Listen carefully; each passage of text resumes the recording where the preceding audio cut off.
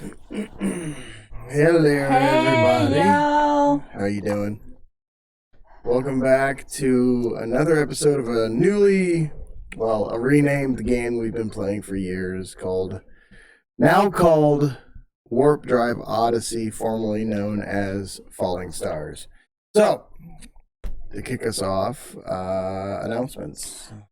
Announcements other than the name change.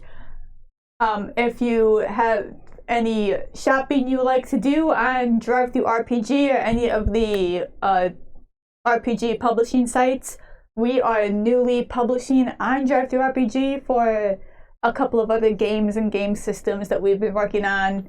We streamed Warp Drive Odyssey because it was our first foray and kind of our passion project, and being so big and different, we wanted to give people a taste of what it's all about before they buy. Basically, test drive it before you buy, if you will. We have on Drive-Thru RPG a very simple one-page D6 system called DC-D6 that is pay what you will. And also a fun one, Zombie Slash Dash. It's a zombie survival game. D4 based, timed thriller. Get to point A to point B without dying. Gets harder as you go. That is going to be $10 at the end of the month. It's on sale right now, so pick it up if you wish. Got a big photo shoot coming up for Drive-Thru RPG. We're trying. The weather has sucked. People know we live in Ohio. Weather has sucked. We got people who are helping us do some of the characters. Well, not the characters, but some of the species for the creature manual and some of the characters in the game. They want to help us, but the weather here has been in the single digits at night, and during the day it's been in the 20s, but now the weather's kind of doing the yo-yo thing like it does just before spring, so we've been suffering through that nonsense. So like tomorrow it's going to be 50, but then it drops back into the 20s, and it's just been a pain. That's to put it mildly. We have two big disclaimers. One, if you've been around with us before, you know we do stream from home, like many people do. We do have a toddler running around that occasionally pops in wanting to see what we're doing or needs help with something. So if you see a little blonde head walk through here, don't worry about it. I might pop running in and out, get him something to eat.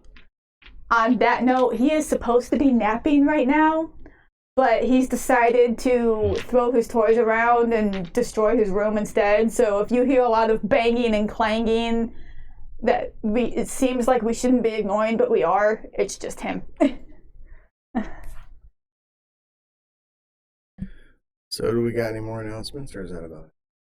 I think that's about it right now. Like, we could publish this game right now and it wouldn't matter, but like, we want the artwork in there because we put so much time and effort into it. It's hard to, do that and not see it completed. So we're going to do it.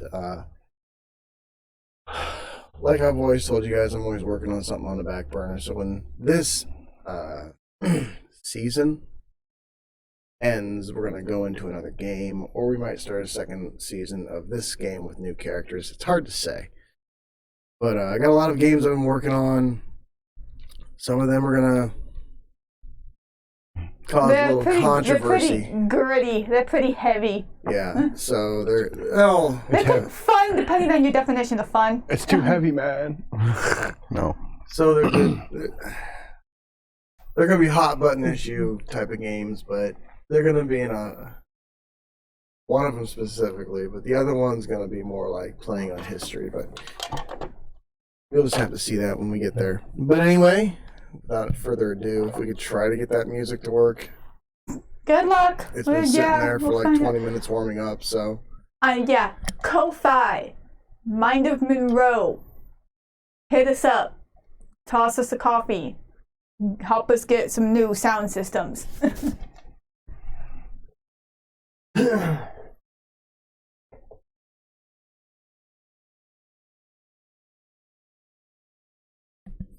So anyway, we'll kick off into an episode of Warp Drive Odyssey, picking up where we last left off. Our group of adventurers finished out their vacations, some being productive, some finding boredom towards the end of their week off. Crew's excited to come back, sort of. Some apprehensible, but to deal with that later. Some of you guys chose to work on your ships and your vessels and your inventions and your things. Things you wanted to do, make a ridiculous amount of phone calls or, whatever. Make purchases for days.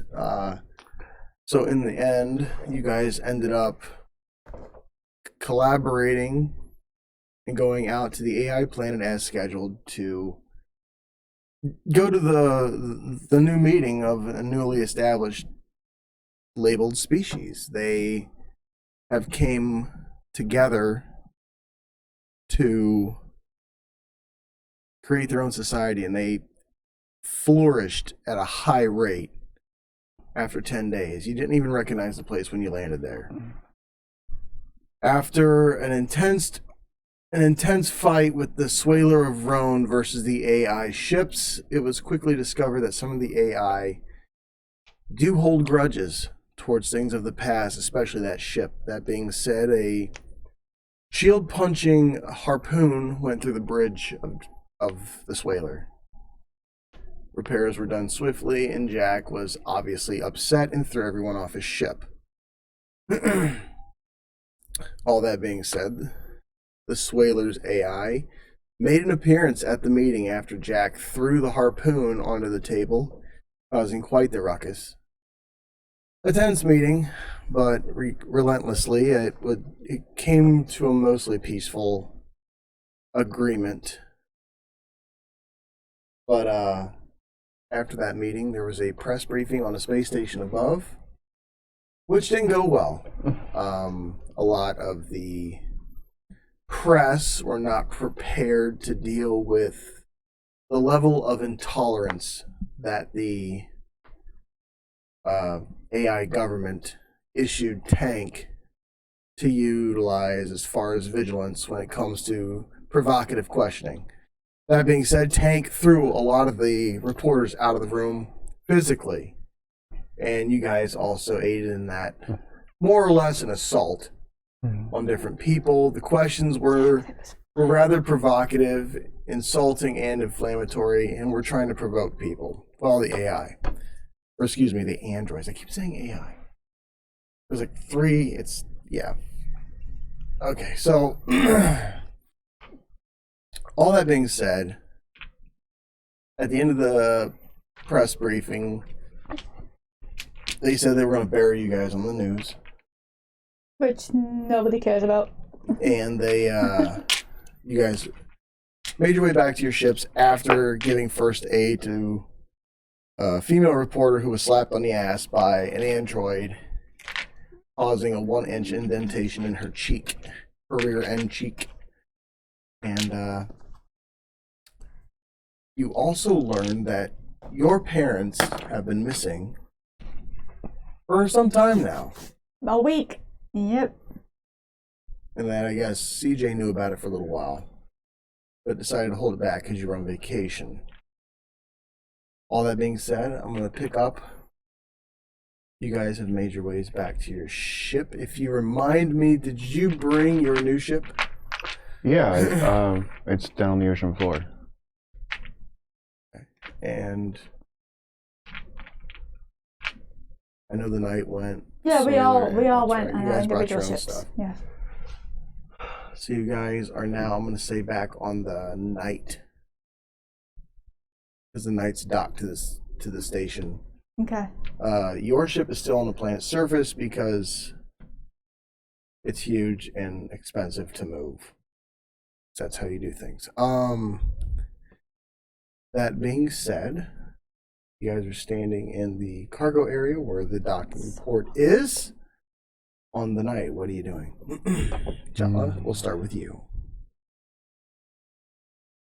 I am where are we here in like time? Is it I'd say at this point it's like 3 in the evening, 4 in the in the evening. afternoon? Okay, cool.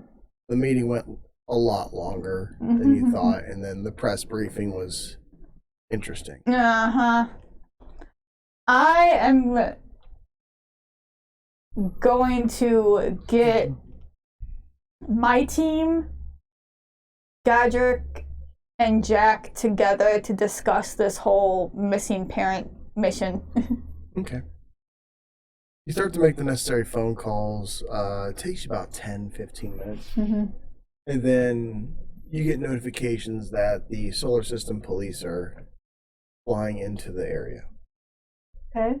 And, like, the police are coming to the AI planet, Well, they're going to where my parents are. They're kind of like in the area, like they're around the planet, somewhere above the planet. The Android planet. Yeah. Okay. Okay, I let them know that too. I'm sure they saw it, but because I'm kind of guessing why they're here. Okay, Godric, what are you doing? Are you getting ready for the meeting? Yeah. I look all nice and counselor-ish, so I usually do. All right. So you guys start to convene in the meeting room. Yeah, conference room A. The dreaded conference room A.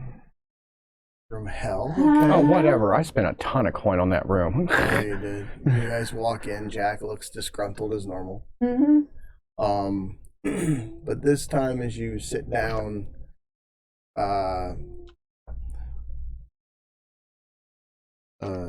Stitch appears, and just kind of standing in the corner watching. Okay. Hey, Stitch. Hello. Everything okay? Mostly.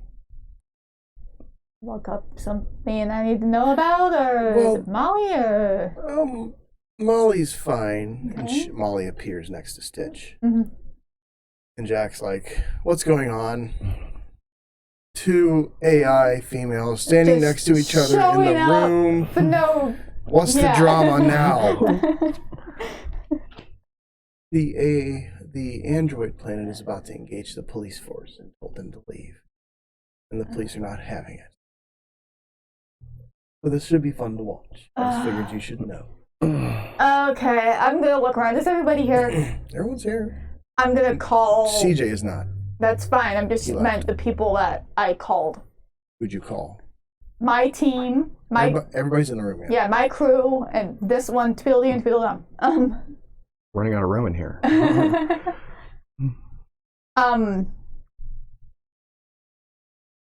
I'm just gonna call, like, blah. It's the Interstellar Police or Pandari? It's the Interstellar. Oh, I know somebody on that. Fuck. Who have I talked to? I'm gonna call whoever it was that I talked to once before about this exact same situation 10 days ago. Leave him the fuck alone. That was a long time ago, though. Hang on.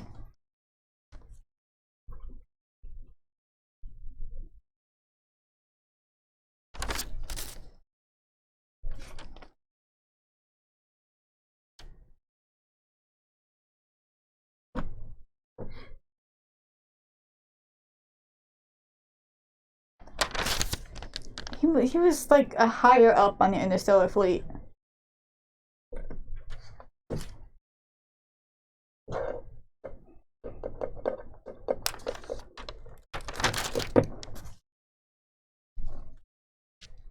Sorry, folks, we've been playing a long time.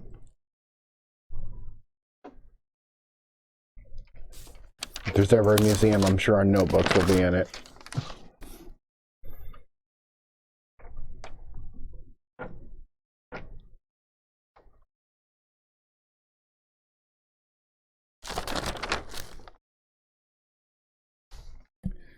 Okay, well, while they look for that, you guys get a call from the Interstellar Police, and Sam patches it through the conference.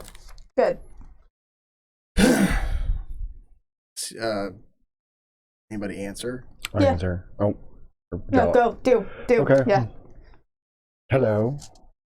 Hello, this is the Interstellar Police vessel, Ranger 1. We are investigating a chain of assaults that just happened in this sector. Would you happen to know anything about that? Are you talking about what happened to Channel 11? Apparently, multiple people were viciously assaulted on a space station. And the planet, this newly found planet, is refusing to allow us to come to the surface to investigate. It wasn't on the planet, it was on the trade hub. It wasn't on it was on the trade hub, and I was there. I saw the whole thing. And what happened? The news came in. We were all sitting in a meeting. They were warned not to ask provocative and inappropriate questions that would contain an argument or a fight. This is a newly established planet with AI, and they're coming in and being dicks. And some of them got thrown out. Nobody died.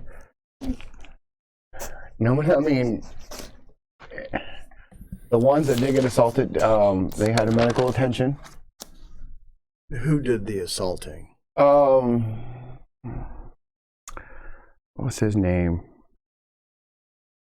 It wasn't an assault. She had a little Full smack on the position, butt. we're going to board. And they That's cuts the fine, comms. come to us. Okay. And by the way, you guys are still linked to the Trade hub, but To as the long as they're trade hub. coming on to us, that's okay. As far as I'm concerned. We'll sort it out later. All right, a moment goes by of awkward tension, and you feel the docking clamps and the gantry come over to the night and lock on.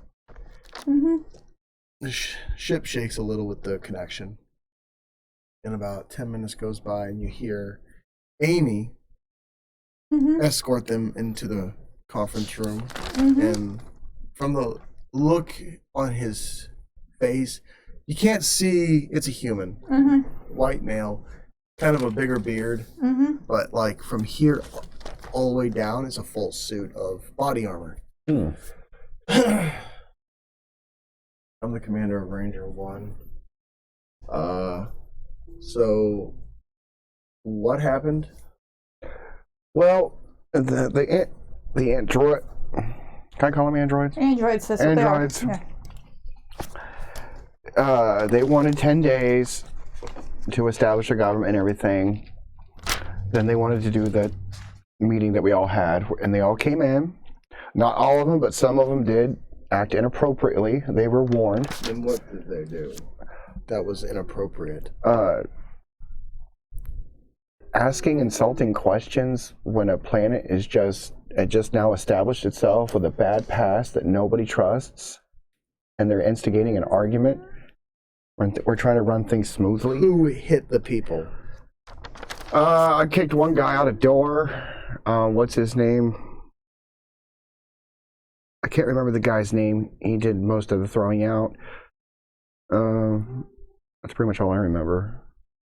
We gave medical attention. you physically harmed someone. I wouldn't say physically harm somebody. You didn't get harmed. I You just said opened you the door. kicked them out. Yeah, we kicked them out. And Commander Claim of the Interstellar Fleet, is he here? He's not in my sector. Okay. That's who I was trying to find. I know who he is, but I don't answer to him. Okay. What was your name, sir? You said you're the captain of Ranger 1. I didn't catch your Commander name. of Ranger 1. Oh my god, I just had it. Where the fuck did it go? You can just call me Commander Cortigo. Commander Cortigo.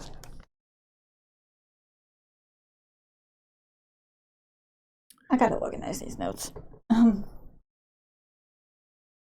we're looking for this guy. And he opens up his pick, which is kinda... You're noticing the more you look at this guy, it seems as though the Interstellar Police just received a big technological upgrade. Mm-hmm. And his stuff is elaborate. He shows a hologram depicting Tank. Mm-hmm. We need to take this individual into custody.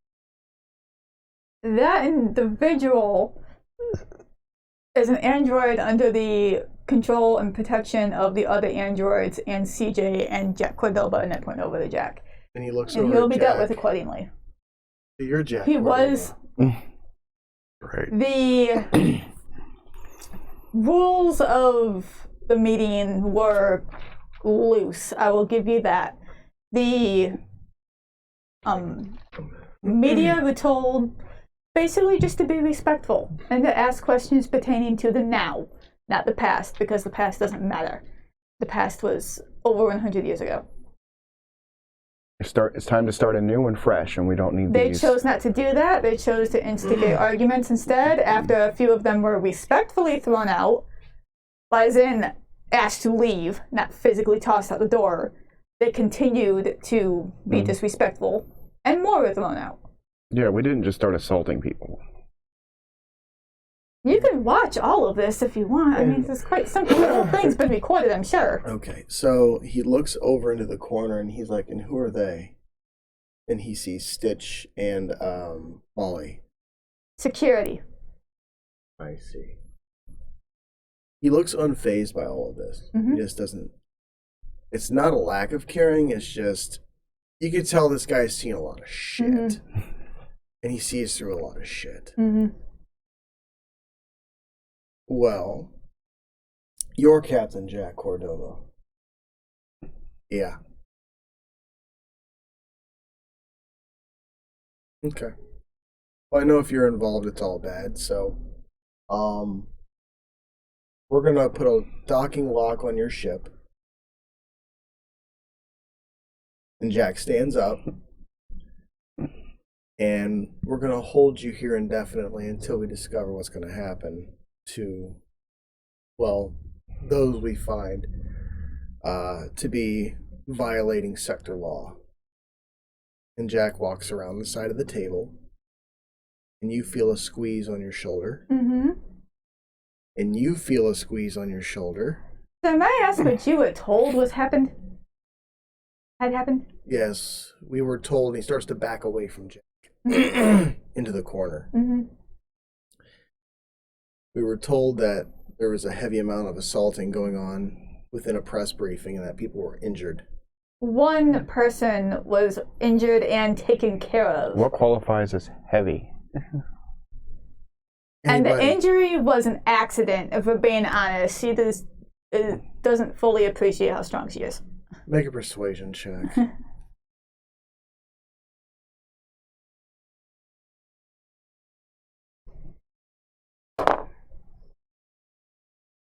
15.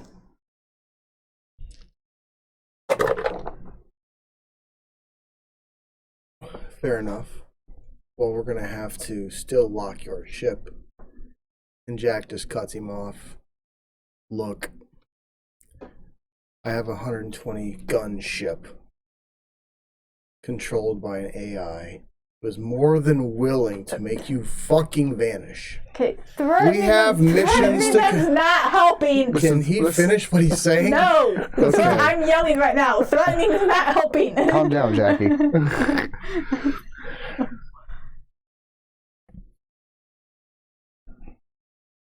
Jack is now mad at everybody.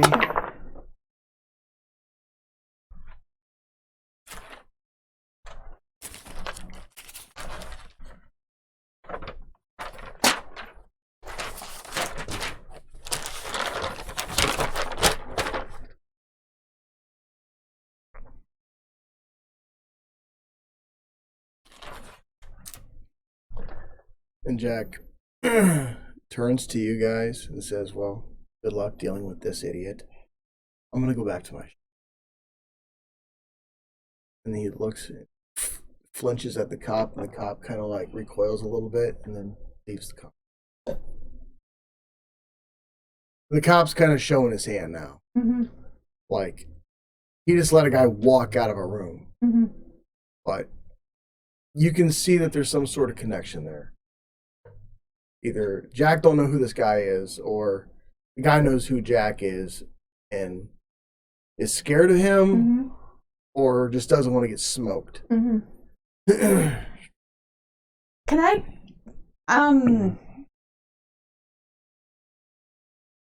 I can't remember if she had a list. There was an actual list of rules or not. Can I contact the liaison?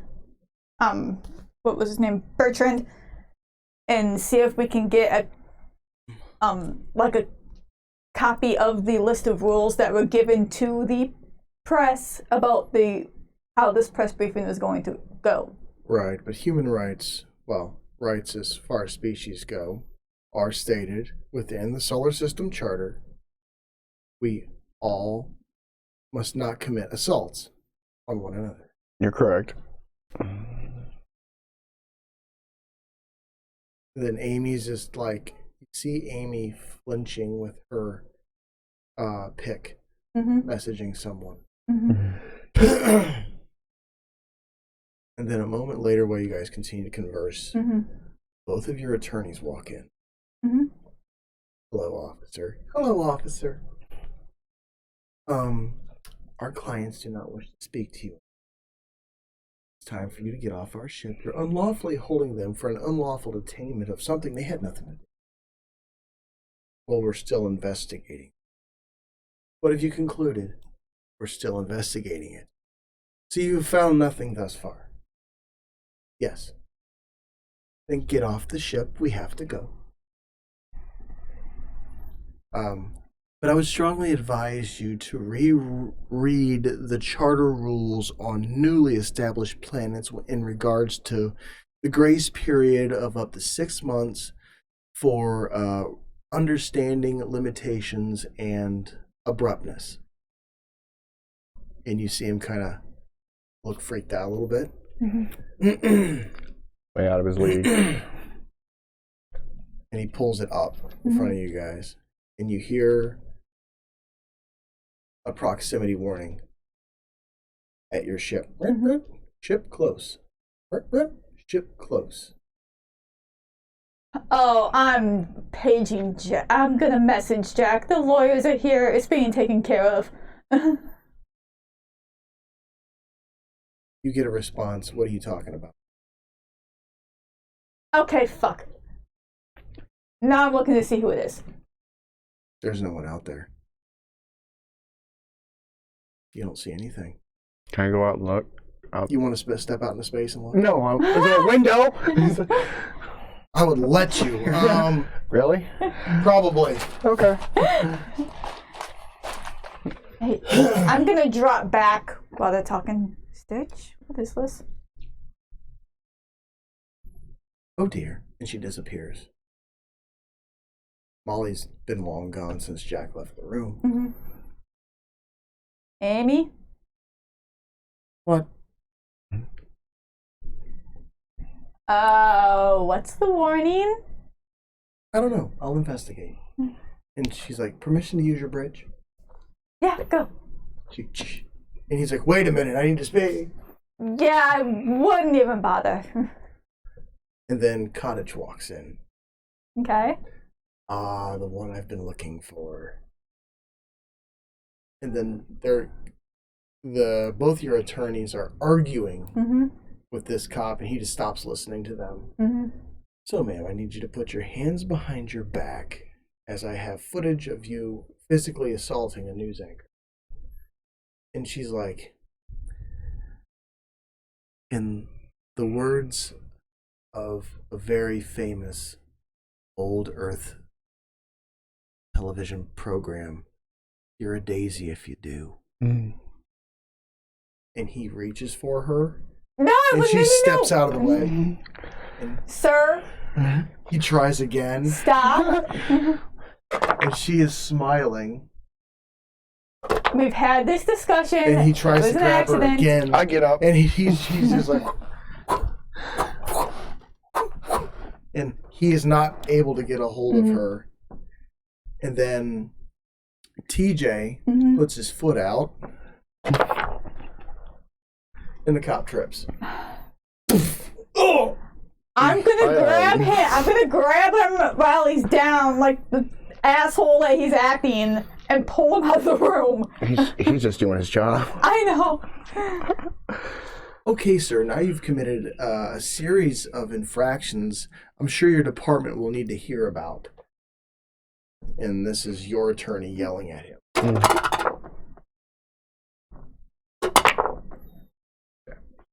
He's just like, So I understand this is what not over. I understand what you think you're trying to And do. he turns and walks out. If it's not over, why'd you leave? He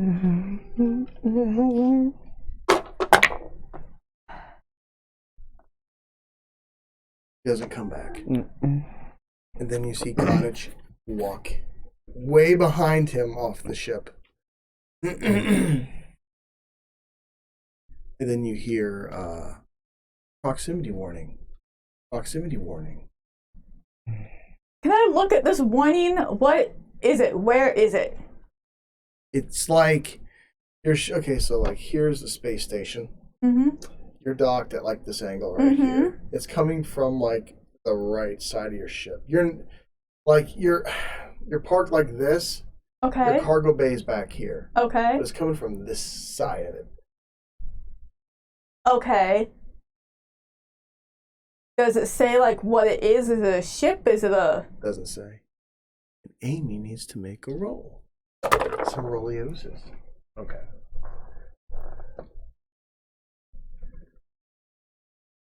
Amy to conference room A. Go ahead, Amy. We have a cloaked level 5 Spectre ship off our port side. It appears to be his vessel. Is it a police officer vessel? It's unclear, it's unmarked. Officer vessels usually have marked vessels. Not cloaked ones? And then you 7? see But cloaking is illegal. you see the Swaler of Rome swing around. I'm gonna look just over my shoulder. Is that you guys? Who are you talking to? 7. You hear a really deep voice. It's not 7, it's someone else. 0, whatever. No. But we can kill it if you want. And then you hear... Let them draw his blood. You hear another warning. Proximity warning. Who was with me? 0, 14? One of them? I don't know. Fucking numbers. Jack calls. Start calling them numbers. Jack calls conference room A. Mm-hmm. Is everything okay, guys? What's going on? Well, we got a bunch of invisible Spectre ships outside. Sweet. Not a bunch. We have a mystery cloaked ship right off of my cargo bay. Yeah, but the proximity keeps going off. It could be several ships.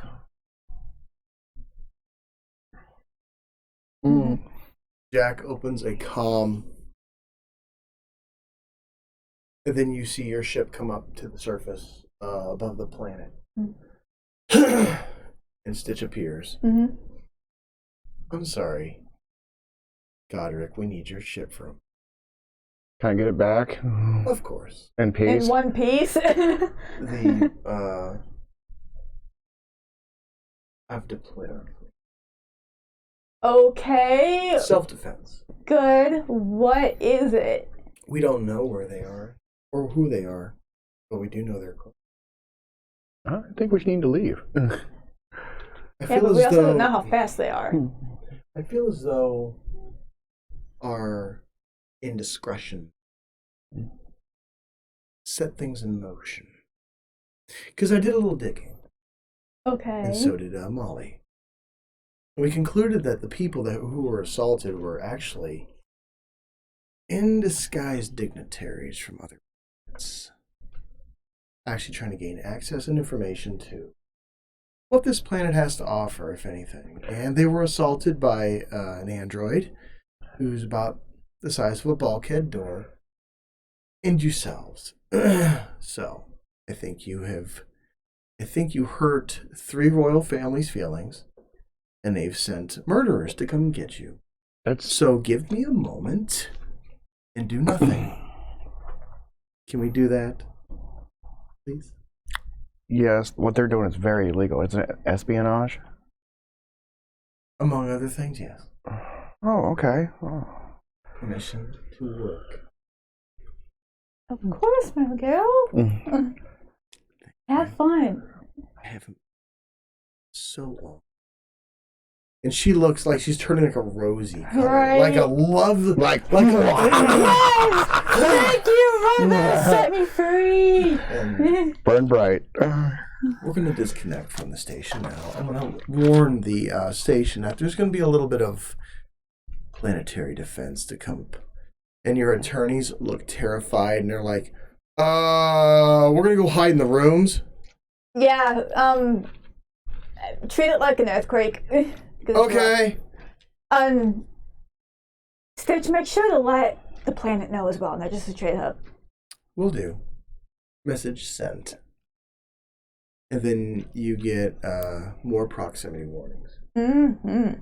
And then you start to see a glow coming from outside the window of the conference room you're in. And you still see the swalers out there, but you see the Mac cannon coming online. Mm-hmm. See if they want to play chicken. They don't. No, he really don't. Amy's on the bridge. Amy, the shield's up. Once we disconnect, yes. Cool. You feel the lights dim. Mm-hmm.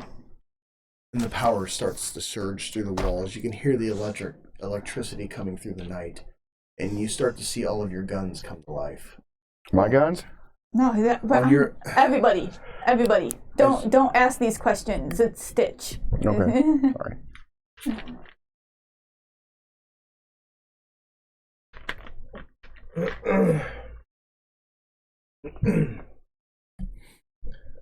As you look out the port window, you see your ship. All of the guns are going out. How are the EMP guns looking? The what? Just let him do his thing. All right. Please. As you look out, you see all of the guns. You can't tell what is going on in your ship. All you know is about to get lively. And then you see the hobo bomber appear. Mm-hmm. And you hear the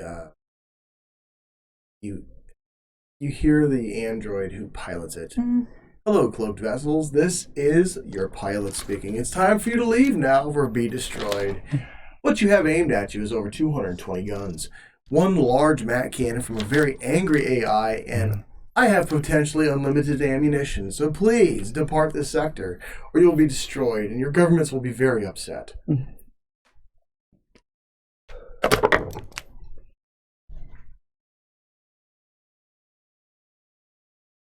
Proximity alert.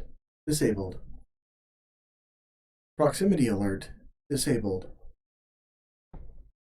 But you hear a clang. Something under the hull of your ship. As you push off of the station. Mm-hmm. It's like they happen at the same time. Mm-hmm. And then you see some rather advanced ships. You saw them on the ground. Mm-hmm. This is the AIs. And they're moving, they're making 90-degree turns on a second. Then you hear a fleet alert go out from the AIs. This is XPO-1's fleet commander. Any cloaked vessels need to disappear now, or you'll be faced as terrorists within our sector. Disembark now. You are not welcome in our sector. Proximity alert. Disengaged. And then you see the Mac cannon go off. Mm-hmm. And as it does, you see it miss, but then you see it impact something. Mm-hmm. And you see and the fizzling out of a cloaking device. And both of you guys make perception checks.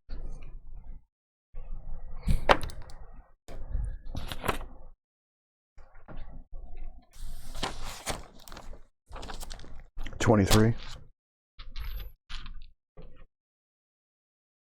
12. Okay, you see it, you miss it. You see the front end of a ship get evaporated. As the cloaking device goes off, you see the title on the side of the ship is Ming Yao.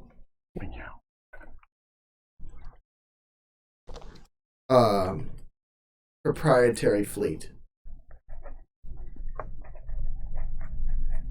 And then you see two other ships from...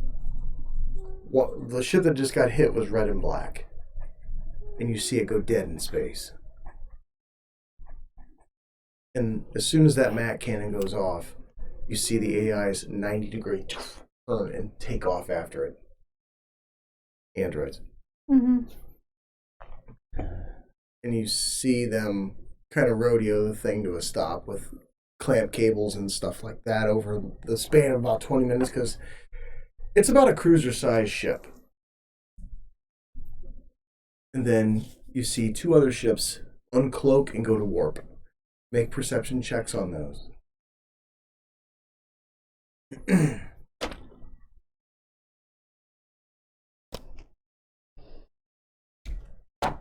14. 14.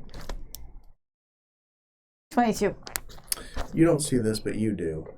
You see you only get a number off of one ship, which is NJ303. That's all that's on that one. And then the second ship is the Atlantia Barbera.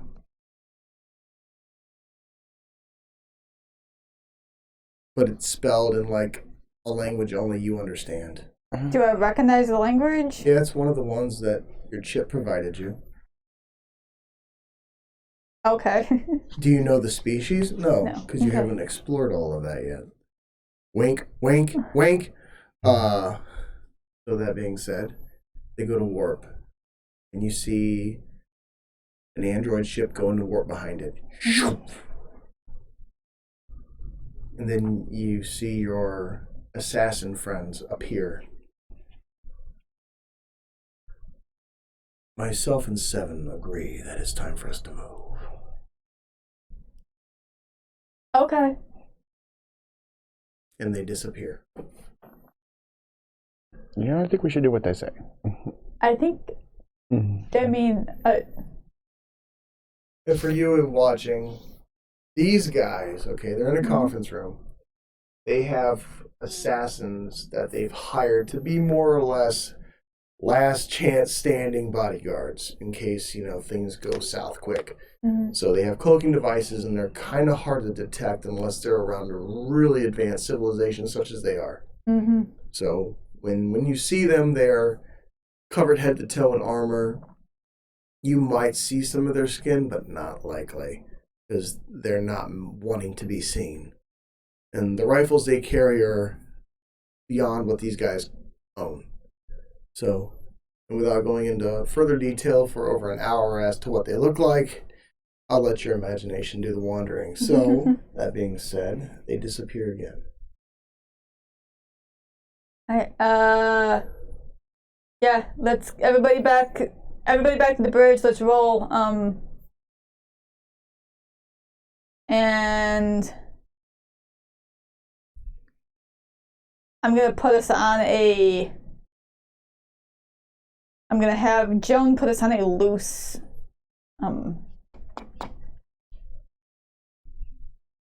path, I can't think of the word, to the Caldona system where my parents were last seen. That way, I haven't had the chance to tell you about that yet, but we're on the way. Okay. You guys get informed, I'll say, Okay. by Jala about everything going on with her parents and that. You want to fill them in on the backstory? I'm sure you got time, because it's a hell of a flight. It's a long trip? Alright. It's a long one. You're looking at about a half a week. Okay. Yeah, I'll let them, I'll just get on comms, hey, I wanted to do this there, but that hit the fan. CJ told me my parents, who work with terraforming, got hired to terraform a Valkyria planet, and apparently disappeared. So I just set us on a course to head to their last known coordinates. See if we can find them. Jack says, copy that, en route. And one thing you noticed before you guys jump into warp, you really never saw that ship depart that carried the alleged interstellar police officer.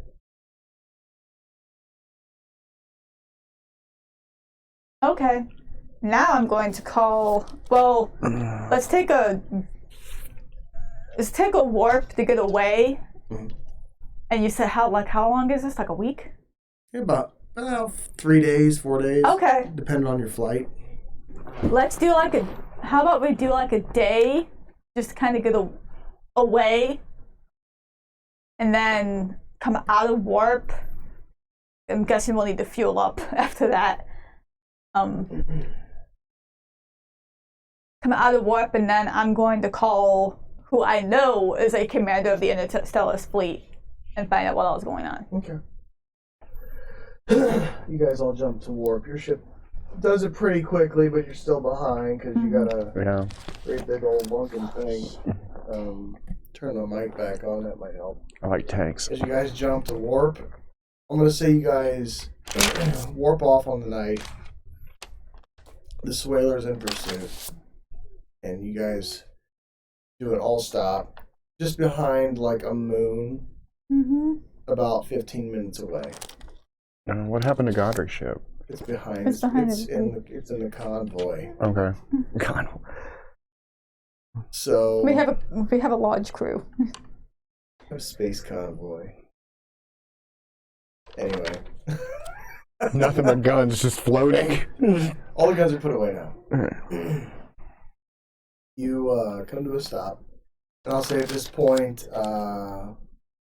Godric makes his way back to his vessel, to his bridge. Jack is getting into more of a defensive position because he just Mac cannoned the front end off of a ship. I'm having a hard time trying to figure out what a Mac cannon is. It's like It's like a massive cannon, but it stands for a massive cannon. So, I mean, that's not the actual term, but that's the term we're using because it would take me about 20 minutes to explain the science behind it. So, I'm not going to do that. I'm going to withdraw my ability to do so, so we can save some brevity, or have brevity. So, massive cannon, it's like a big energy beam, one shot. It takes all of his capacity to do so. And it does a lot of damage. And for some reason, I thought it rotated. And if, like, the shields aren't up on a ship, it's cut right through that hull. Yeah. And there's very few ships that actually have that ability, so... No, you're thinking of a Gatling gun. Different. So, ooh. Clicked off the screen, there we Oh. go. You were still there. So, that being said, Godric makes his way to his vessel. What are you doing?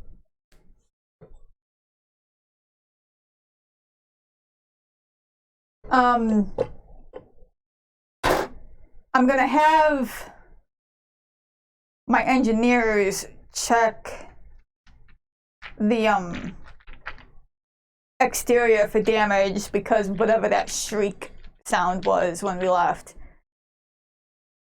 Then call Commander Claim of the Interstellar Fleet. Okay. Roll 3 d20s for me. Then add like a 7 to each one. That's your engineer score.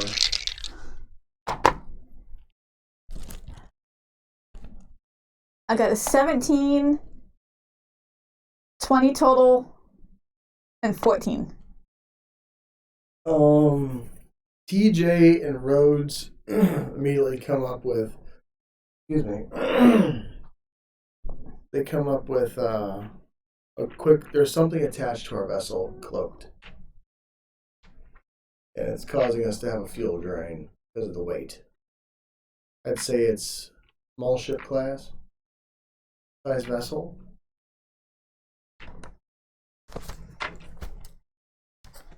Hang on, let me. Fucking find it.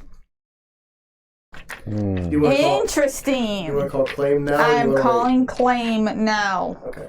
Roll a d6 for me. 2. He doesn't answer. Is there a number for like a non-emergency interstellar fleet? Just need to speak with them. Oh yeah, there's like a 911 system. Okay. You would think, right? You call it, yeah? Yeah, I'll call that. Okay.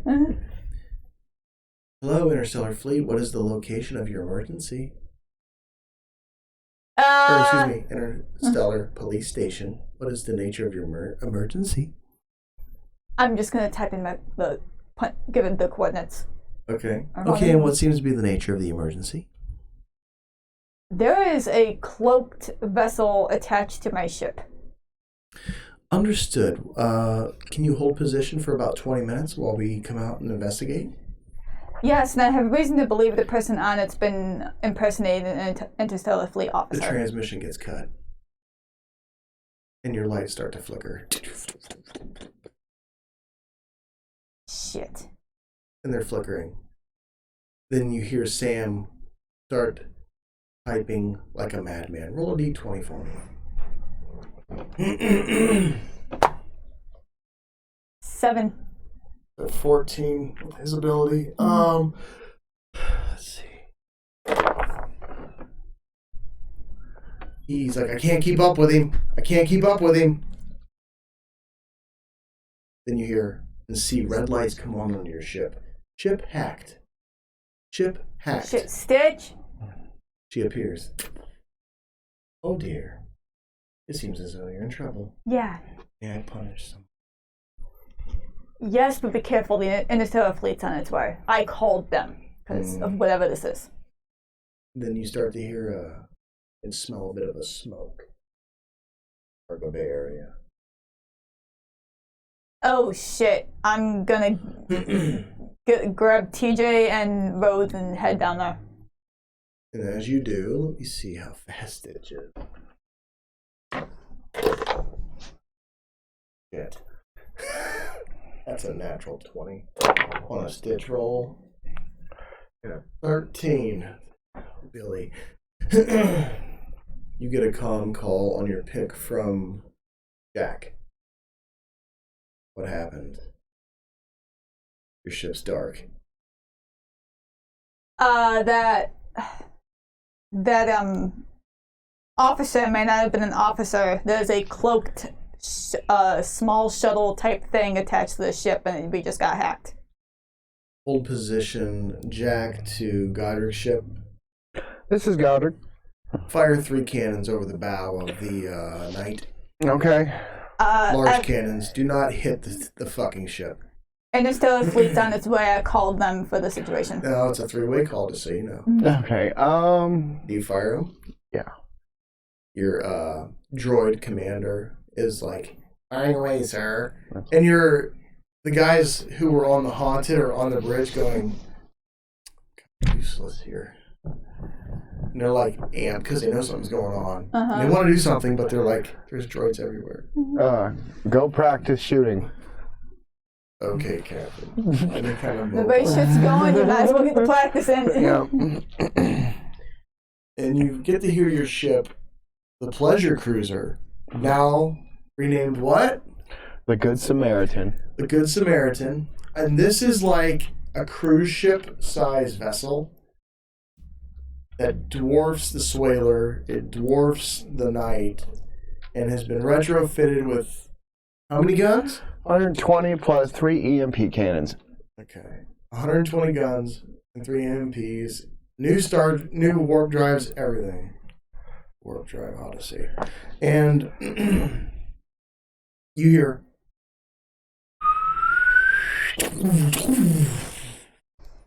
you feel just a small shudder the hall. Really nice. I like riding around in a luxury car. Mm. And you see 2 big energy blasts go over the bow.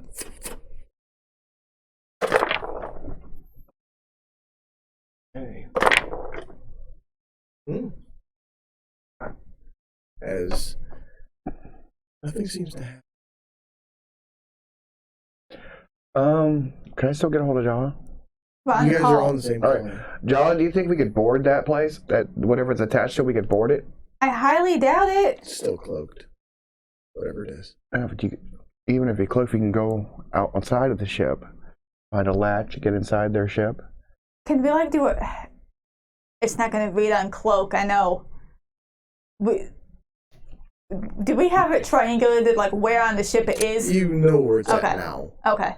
After like the amount of time you guys have spent just trying to locate it, I'll say you found it. Okay. It's the size of a small cruiser, Mhm. but yeah. As you make your way into the cargo hold, let me see how far out the cops are. You get a pick message, 3-minute warning before arrival. Okay. I'm gonna let those 2 know. 3 minutes out. Okay. Jack, before this happens, asks what's the location of the vessel. The thing attached to your Yeah. ship. I tell him because Vanessa doesn't know. It's on the back. It's on the. Here's your ship. It's on the back. Oh, it's on the back next to the It's in the cargo bay. That's cargo. right. Yeah, it's right there. Okay. Right there. So you give him the location. Jack is going to be Jack. Oh yeah. Let's see. What does that shit do?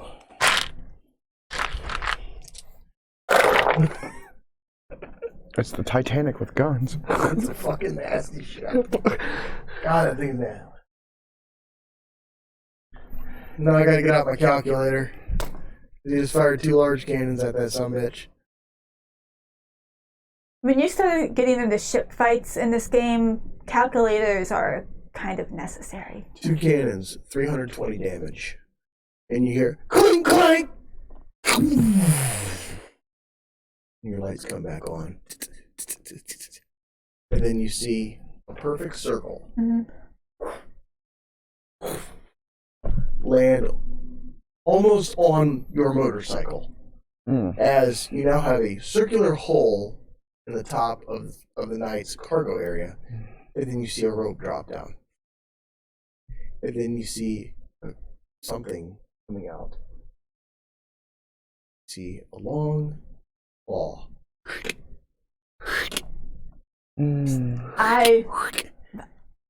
I look over. I like tap my shoulder and whisper, or 0.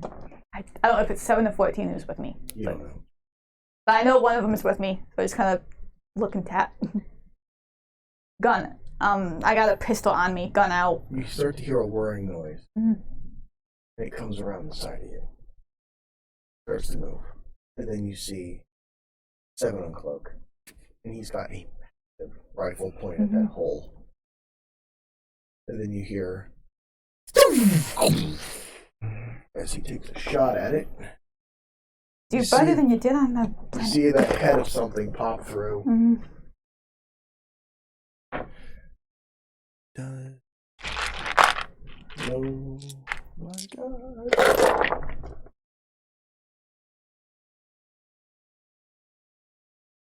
18 damage as you see one of the claws get ripped off. You hear, but does it stay and fight? Good question. It does not. But you do see a certain individual you just spoke to slide down the Oh, I immediately start shooting as soon as he gets to the ground. Fuck that asshole. It's the Interstellar Police Officer. Oh, child. I have- Jesus Christ. I have no idea. Did he kid your book? Thankfully, nothing I really need. I'm a 3-year-old with a pencil. That's great. I don't know if you can see this. I'm a 3-year-old. I found mommy's notes. I'm helping you embellish her numbers. Cheating. I've got my. He's pretty close, right? I'd say he's about 20. I'd say he's about 10 squares away. Okay. Squares, we don't do feet because it's confusing. Alright, I'm good. I got an energy pistol on me. Take a shot. I'm just gonna start shooting. That sucks. That's 12. 12 misses. Shoot. And then Amy and Cottage open fire. So roll 2d20s and add 10. That's their attack bonus because they're maxed out creatures. Because they're androids and broken that way. One got a 27, one got a 23. Oh, those hit a lot. Now roll. Yeah, I don't know what they're carrying. Roll 8d6 and then times 2. That'll be their total damage together. Instead of doing this 16 times. Yep, we do. These do a lot of damage, so we try to simplify the math as much as possible. Now, starting out, the guns don't do as much damage, but these guys have had all the whirly-doos and doodads added, and the wars adjusted, compensators added. I mean, we're rolling around hot specs, so you just gotta kind of just, like, as you're running the game, you gotta make sure that, you make it easier on yourself and the players. So saying, times this helps eliminate multiple turns, unless that's the type of game you want to run, where you take 20 minutes to you can either run the game and have a conflict in 20 minutes or 3 days. So I expedite it because I like combat, but I like it to be reasonable within a time frame of 4 to 6 hours. Take your ship. If you're firing all guns, let's say they're doing 8d10 damage for one gun times 120 guns. That's a half an hour of rolling in itself. Yeah, or stupid. You roll 8d10 times 120. And who doesn't like to see the big numbers? So, in my mind, I mean, once we drop this game and everything, you run how you want. But, I'm not trying to have players sit there and roll dice for over an hour just to fire one volley off the side of, the starboard side of a ship. It's silly. What was that adding to it? It's 8d6 times 2. What's 27 times 2? 27 times 2 is 50. you at home.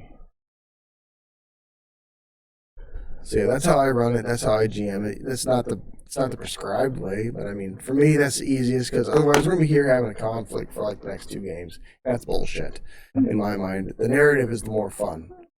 The discovery and the adventure is more fun. The conflict is more of a side hustling note. 54. 54. Oh, fucking hell. You see him get lit up by Cottage and Amy. And then Amy, you see a barrier break around him. And then you see now clearly to him. He did kind of have a bit of a fuzzy bit about him. He was shielded, That or looked like a shield broke. And then who else is with you in your entourage to light this fuck up? I'm not even there. I'm sitting on my ship just shooting with time. I had taken TJ and Rhodes down with me to investigate what the weird burning smell was. Because we were on our way to the cargo bay to figure out why there was a burning smell. Roll 2d20 and then add, I'm going to say their attack modifier is 3. Yeah, They don't do a lot of combat. They don't do a lot of combat.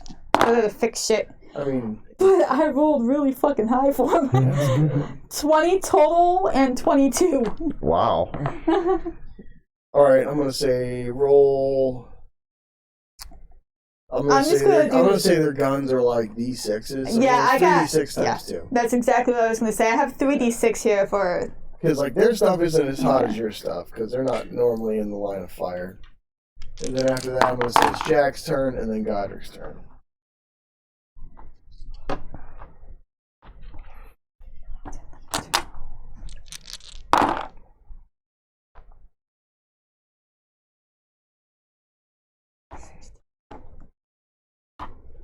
Actually, no. Stitch needed her turn. She rolled a natural 20. 42 points for those two. 42. You watch straight gangster style. Boom, boom, boom, boom, boom, boom. You see the guy. Let me see something here. Can you roll a percentile dice for me? 10. 10? Mm-hmm. Okay. Disregard. Okay, so Stitch did do critical on this guy. Mm-hmm. I don't want to roll this. Make sure to leave a body so we can have some evidence. You know who you're talking to? Right, that's what I'm saying. Right, Interstellar Fleet shows up. I just got We're all covered in blood. right. This is not like what it seems. What happened? The stuff? Watch the video. It's amazing. 11 is 55. Plus 20 is 70. And no, because she's using ships. Carry the extra zeros. You see and hear as you're ding ding ding ding ding ding ding ding ding ding ding ding ding ding, and you hear and then there's a spatial vacuum. Everybody make a dexterity check inside the Shit. cargo area. Not you. You're on your ship. On your That's ship. right. You ain't there. I got excited. Sorry. But you do see as she's making her saving throw. You see something uncloak, and it's a very weird looking ship. Oh, that was super cocky on the roll again. And it's now just flipping through space. And as you see it flipping through space, you see the police ship show up. It's about a heavy cruiser-sized vessel, and it immediately starts to go into a banking maneuver, and you start to see tethers attached to both the knight and to the vessel that just got smashed. What'd you name? Love. Wait. I still don't want to say it. Please tell me you rolled a 1. 5. 5. That is a failure. Now, I'm going to say you. Now roll 4 d20s for me. Tell me what the first two are. First two are going to be Amy and Cottage.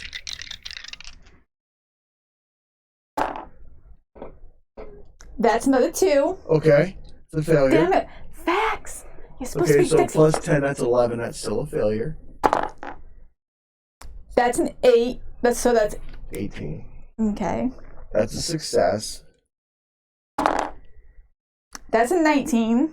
Oh, no, that was what, third one? Yeah. Add a plus 5 to that only. 24. That's a success. And 12. Plus 5? That's just what you needed. Okay. You see here and feel everything kind of lift a little, and then all of a sudden you're feeling, and you and Can I start screaming shields into my pick? yes, and as you start to go towards the ceiling, let me see if they can make the save. Catch you.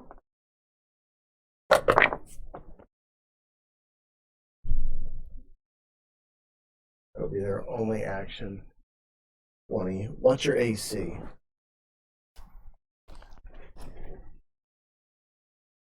14. 14. Okay.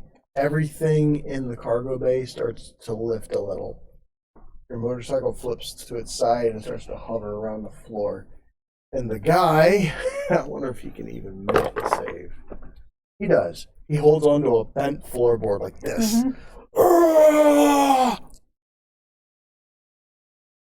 And now you're just holding on for dear life. Amy has you by the leg. Okay. And you're just like, ah! Now, I need you to roll a d20 to see how much of your gear stays on your body. So you might be losing some equipment. That's a 9. That's a 9. Your pistol Okay. Your smoke grenades. Right I out of the don't have pouch. smoke grenades. Well, what you had in your pouches is now in the fucking space. Okay.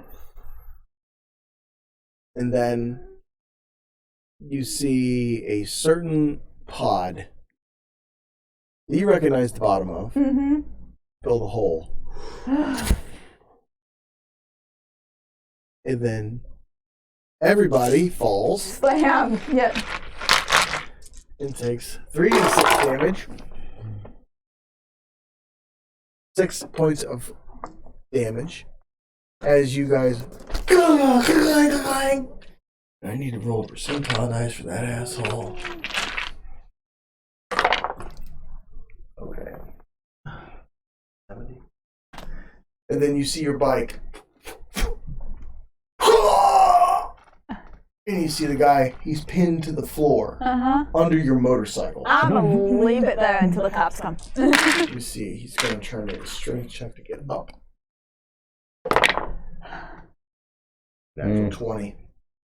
You see, you see the back end of your bike kind of flip forward, and the back wheel just clink. Amy, Alright, whoever still got guns, keep guns on him. Amy takes a shot. As no, it's not their turn. It's the assassin's turn. He's going to do a special ability. I'm gonna start writing down initiative. 16. He's going to do a trick shot to try to take his leg off, which that was mostly. I'm sitting here enjoying this. I forgot about music. Okay.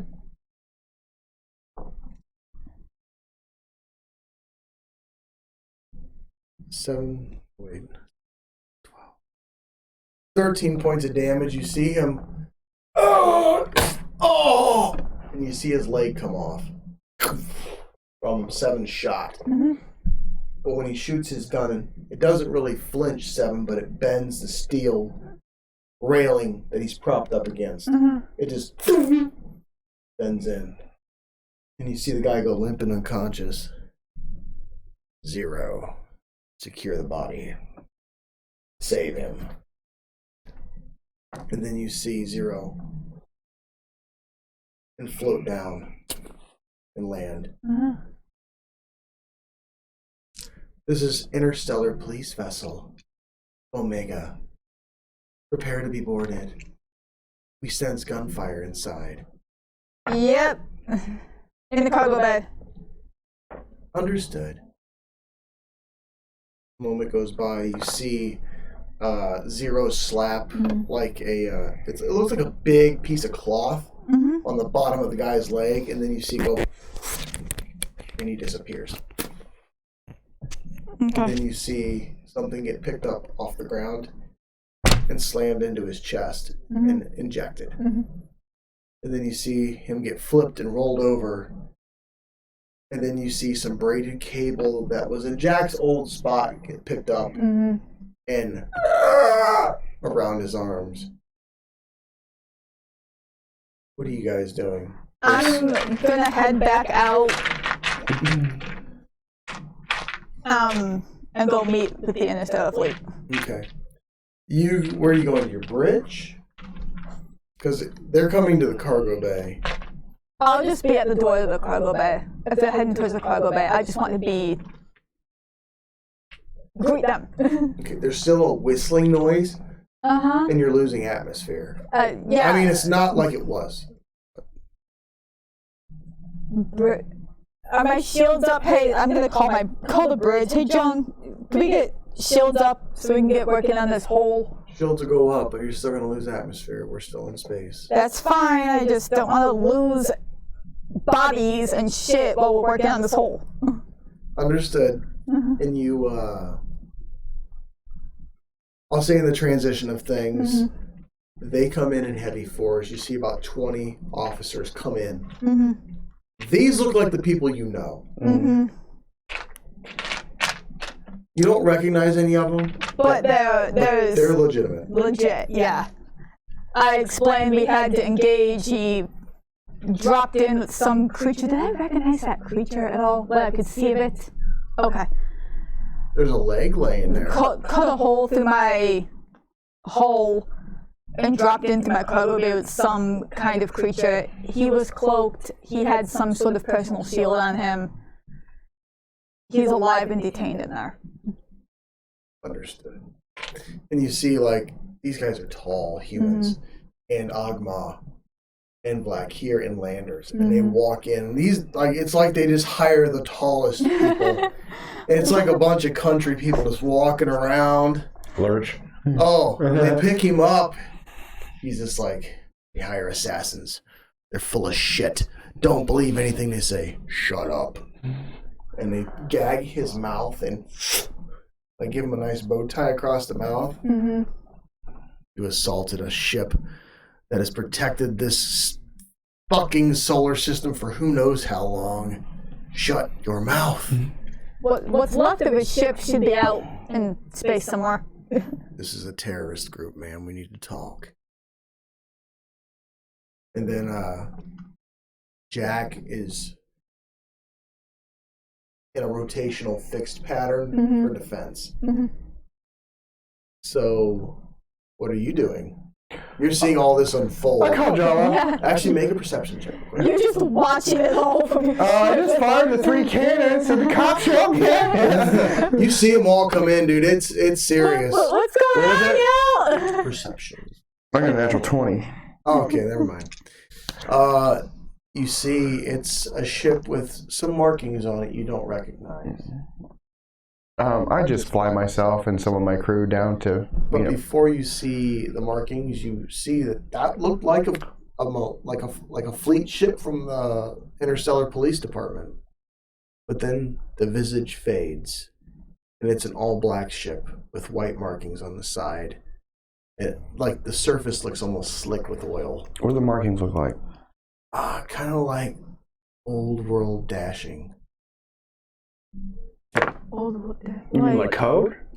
No. I'm not familiar with this. Like Morse code? Oh. Oh. Like that. Okay. And for you at home, you'll just have to find out. When we have an animated series, that'll never happen. Because we don't have millions of dollars. Hang on now. They thought the same thing 7 years ago. Oh, I know. Can I drop a name? No. I know what you're doing. No. And see, that's a quick battle. A lot of people are like, well, I want to have my scene. Yeah, but these guys have done so fucking much, they don't need it anymore. We've had our scene. Like they've been in Multiple wars, times. they've done it all. So We want to sit on the beach drinking. get fat. But yeah, I just fly down with Jala and K Street to meet with Jala. I'll say you take your shuttle and you fly over, and you see her engineers are now putting a patch in the ceiling now, and they pull you to the side. They're like, "Where's your bridge?" Follow me. And you see this big lurch guy, and you see this little girl. She's Interstellar Police too. She's like 5 foot. She's shorter than you. I look. And she's like, in charge. No. Never mind. I was going to engage and be like, no offense, but how did you get it? But if she's in charge, then what the fuck ever. She's like, Go for okay, it. so congratulations, you're probably on a hit list now. These guys are terrorists. I know, thank you for all you do. But I just got to put this out there because they've been hitting people rather hard lately.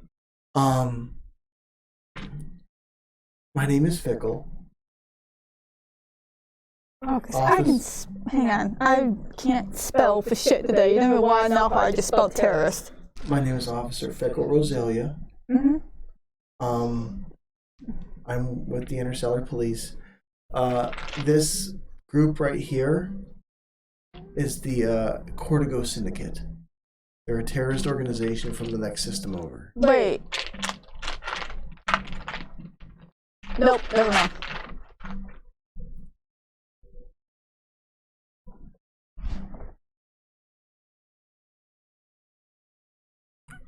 in this creature, and she holds the leg.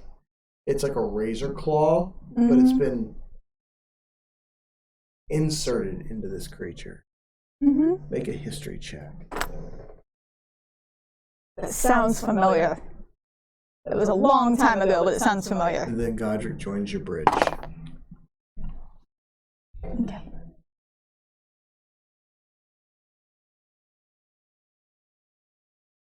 $22. This looks an awful lot similar to a couple of creatures you once knew, Abby and Gabby. Motherfucker.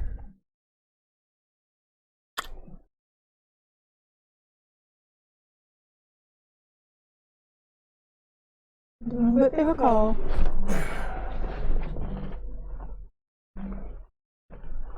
The technology, the sewing, Uh-huh. the machinery, the nature of it, the look of it is very familiar in reminiscence of Abby and Gabby. So, that being said, I feel like we're going to have to take this. Yeah, go for it. Get rid of it. Also, we have... we're just going to ignore your cargo bay, but I would advise you to go look into it. I'll leave it at that. If I say any more, I'll have to... So you have a good day. I'm... No. Okay. She does this to you. She's like, shush, shush. Have a good day. Thank you for coming. Come on, boys. And she starts walking off like this. Okay. And they depart your vessel. They stay cabled to it, and then you get a ping that says, "Here's your copy of the report." Cool. I'm going And then to... they try to cable to the Swaler of Rhone, and you see the ship spin and the cables miss, and then you start to see the ship buck like it did before, and then you see the ships back off. And then, because for a moment you swear you heard the Swaler of Rhone's emergency ping that you heard when they tried to do the auto docking sequence on XPO-1, and then they fly over to the Swaler of Rhone and dock appropriately. And then you guys get a message from Jack talking to our buddies. Be about 20 minutes. Okay. I'm going to start looking for the nearest planet or fueling station or something to go be prepared to fuel up. Make an investigations check. But don't forget, this is my fault, I should have mentioned it. You still have the nanite injector. I know, I was deliberately not using it until after the Interstellar Fleet left. And Jack has one now, too. Okay. Because what do you think he was working on during vacation? And there's so much stuff they haven't looked into, ladies and gentlemen. If I want to tune in, one day I'm going to have me like a 10-hour show or something. That way, like, you know, when you get up from the couch, your back's all gross and you got the sweat ass. It's great. Just because of that, it's worth watching. What'd you find? What? Investigation? 16. Closest thing is back on Yandan with the ASARs. Shit. Okay. They get it sealed. It takes almost a half an hour. As soon as I get it, like, good, I'm want to hit it with the nanites. They had to use your mech to get up there. They had to, like, attach some shit you'd never used. And you just see TJ up there dangling from a cable. It's just for maintenance. I don't use the fucking thing. You don't. It's dusty as shit. And every time Jack looks at it, he just wants to beat your ass. But, you know, things you got to live with. I've spent all that money fixing that thing. Fuck. But it does get fixed. And it's fixed appropriately. It's not seeping O2 anymore, but it is. It's fixed. So. Yeah, it's like, so as soon as I get it, like, good, we're gonna hit the nanite. I was deliberately waiting until the Interstellar Fleet left because I know the ship nanite injectors are still a little. Yeah, they're kind of outlawed tech. Because, like, yeah, there's a history with the nanites I'll just go into since you're watching. Nanite injectors for ships were outlawed because it would cause prolonged battles out in space to where, like, if you were being pursued by someone and you were an outlaw, you could just indefinitely survive by hull tanking due to nanite injectors. But after that tech was outlawed, there was less of a reason to continue to fight out in space. And there was a reasonability for it to where even, people who were not necessarily all the way out, against the law, but it was one of those things where it's like, well, yeah, there is a reasonability to it because, like, people were doing stupid things with it, like going into junkyards, injecting a pile of trash, and it would solidify the garbage into like a chunk. And then it was like, okay, well, now it's going to take forever to break this down. It was more harassing. So, and a lot of other reasons we won't have to go into right now, but it's kind of illegal tech, but it's not like they're going to be able to sense that. Still, better safe than sorry. We got enough BS going on. So that's fixed. About 25 minutes goes by and they disembark the Swaler. Mm-hmm.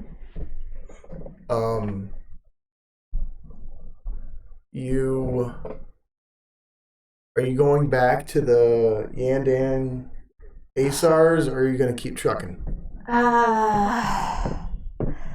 Joan, Lada, how are we doing on fuel? We're good to make the trip. Alright, I guess let's just keep rolling and I'll check in with Jack and Guydrick, make sure they're good. And if they're good, we'll just keep rolling. Okay. And then do you go back into your cargo area? Yeah, because I'm got the thoughts rolling through of everything that's in there. Like, what is she talking about? I wander down, look around. As you wander back, you smell rot. And you realize that the containment unit that housed the bodies of some of the creatures you've collected are just flopped onto the floor and decomposing rapidly. Does this look fresh? Or, it's been a minute, because we don't go into the cargo bay a whole lot. No, you don't. These are creatures you've told Sam and Tia to, hey, put that over there. We'll look into it. Uh-huh. Yeah.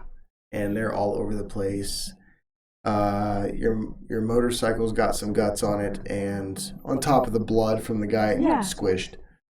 Because everything went, including the containment. Yep. Fuck!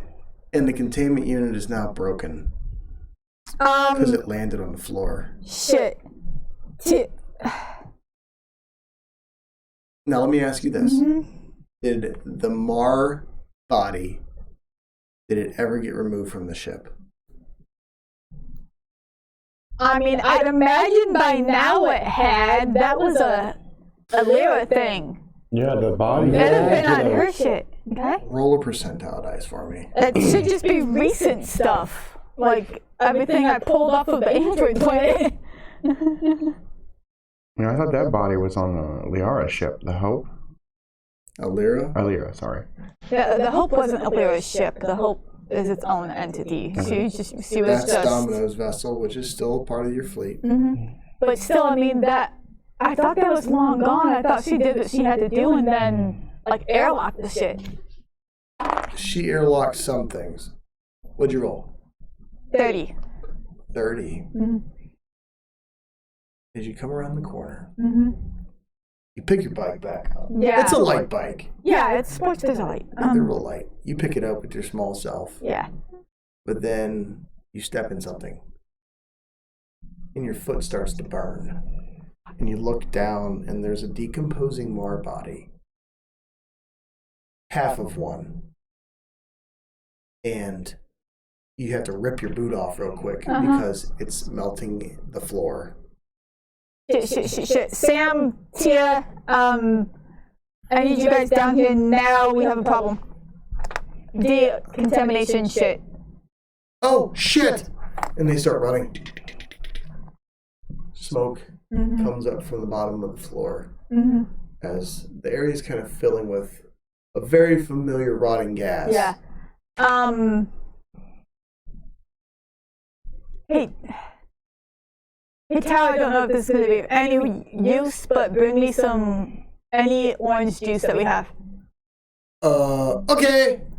Our policeman gone? Yeah. Okay. And he takes off. 5 minutes goes by and they come running in and they're like, oh shit! And the other creature that you had is still laying on the floor. It's fine-ish, other than being bruised like an apple. From the being Then there was I believe there was a dead Dantle. Yeah, that's one of them.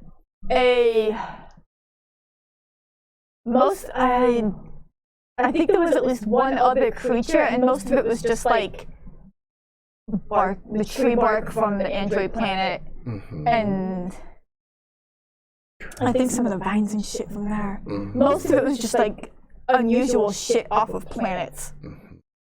I would have to go through my book. I do not have your memory. I'm trying to remember if we... And I think that's going to be a good place to take a 20-minute break, ladies and gentlemen. We'll be right back. Go get you a drink. Go get you some food. Go get you some fun. We'll be back in 20. So here and 20 minutes, which would make it 16:20 here. We'll be right back. See you in a bit.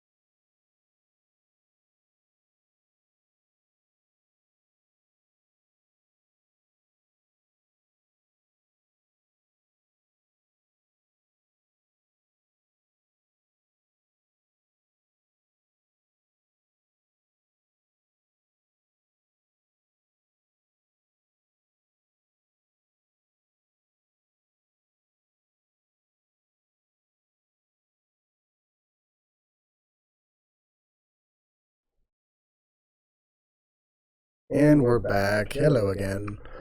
Here we are. So, Chala. Chala la la. You had tree bark, right? You had obviously a Mar body. You had I had a Dantle Dantle. body. I'm trying to find it. There was the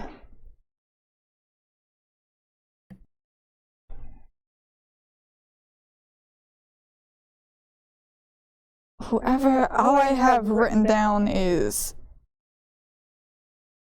Raiders. When Yandan got assaulted, they were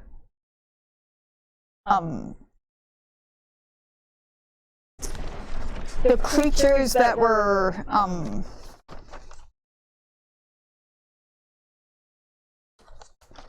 trying to get into the prison, get into the jail to get the old owner of the junkyard out. I took one of their bodies. Oh, See, you don't shit, remember either. yeah. Yeah. I think that was it, honestly.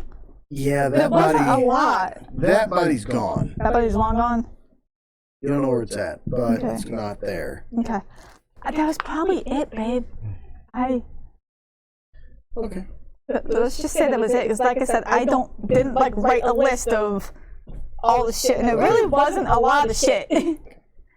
So, Tia and Sam arrive to It was get mostly that the dance cleaned on the up. tree bark. Your floor inside the cargo bay is now damaged. They do get the body picked up with, the proper decon equipment. They dawn on really quickly. And they just look at you, they're like, we're going to have to space this. Yeah, I thought it was already. No. So, they take that and they find some test tubes that were attached to it.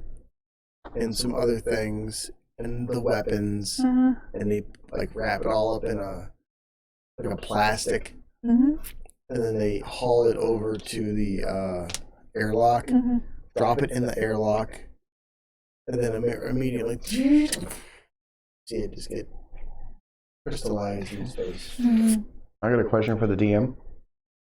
Can you open up the airlock during warp? Warp? Yeah. Ooh. I mean, you could. Like, what would happen to that body? Or anything? I mean, Probably find out. not much more beyond what would usually happen to it. Yeah. Oh. Because space is space, no matter how fast you're going. Well, not really. Warp is faster than light. So, it's one thing we got a protective shield wrapped around you. You can do it with a hull, but you'd have to plan very carefully. And if you just happen to hit a debris field of whether it's rocks or ships or dust particles, you gotta remember that stuff gets hit at light speed. So, yeah. Anyway, that goes on for about an hour. So at this point, I'm gonna say it's 5 or 6 in the evening. Yandan time. What are you doing? The police have now left. Yeah. I'm going back to Yandan. Okay. No. Wait a minute. No. Meet up with Jawa. Get a game plan. Okay. Sorry. Also, you guys call each other and make a plan. What is the plan? To rescue her family. Yeah, we are heading out to, where was it? Planet SB in the Codona system. Okay. And the first ship is yours to jump into warp. Yep.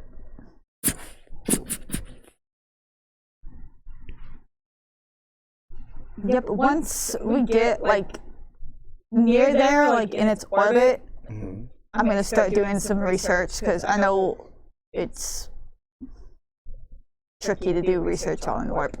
And I want to try to call call the company that hired them and see if we can find out a little bit more about like their job or how long it's been since they quit talking, if there's any known reasons why they might not have heard anything. Just ask general questions. So in Warp, you guys have your dinners made, and I'll say you make your phone call over dinner. They do answer. You're transferred to the person in charge of their job. Mm-hmm. Hello. Can I help you? Oh, yes, I fucking forgot my own name. Hang on. And Jala never uses her last name, so I gotta look it up. Dory. Hi, yes, my name is Jala Fedori. Oh. I have been informed that my parents were hired by you to terraform the planet. And you see it's a Landel Okay. standing while sitting in front of you. And, he's like, yes, they were hired to help with the terraforming issue we were having. And he repeats the sector of space that you were told. Mm-hmm. In the correct planet of SB. Mm-hmm. The terraforming situation went south. Mm-hmm. So we hired them as terraforming experts to go and handle the situation. But we haven't heard from them in over a week. Mm-hmm. What kind of south, if I may ask? What were they attempting to fix? The planet, make a persuasion check.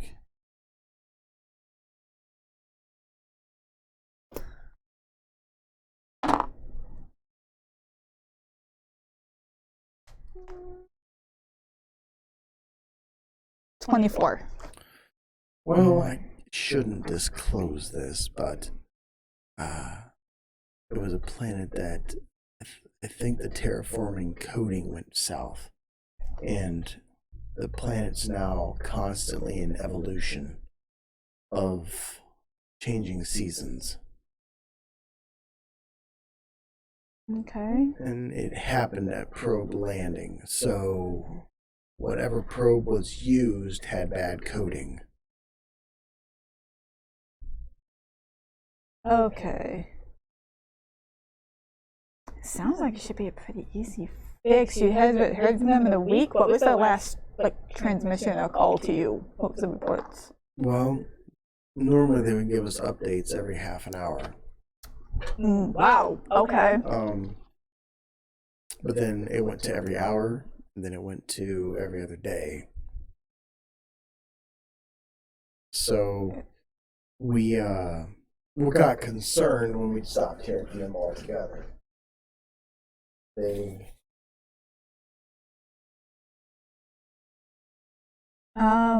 Did it sound like there was something happening when they did contact you as to why it was getting sparser?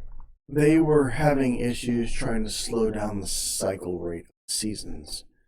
So it would rain, torrential downpours to where the area would flood, and then it would snow. Therefore, snow brings cold and ice, so then they were iced in.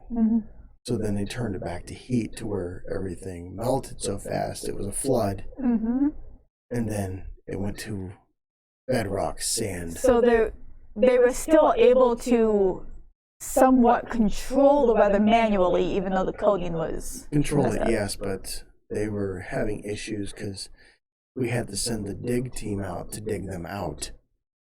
Because the building they had set up around the probe had become buried, but then dug out, then flooded, then buried, dug out, and we haven't heard from them since. So we're not sure what happened. There is a transmission coming from their ship, though. Were they on a ship or in the building? They were on the planet, but their ship is still on the planet somewhere.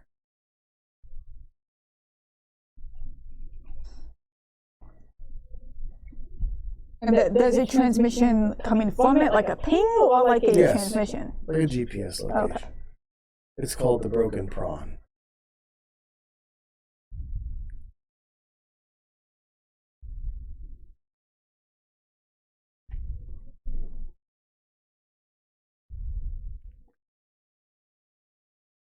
Our best guess is that they're buried. But with things evolving above them all the time, it's going to be quite the difficulty. Oh, they just got trapped in somewhere. Good chance. So we're hoping that there's a... we don't care so much about the fixing of it. We just don't want to see anybody lose their life in the pursuit of trying to fix it.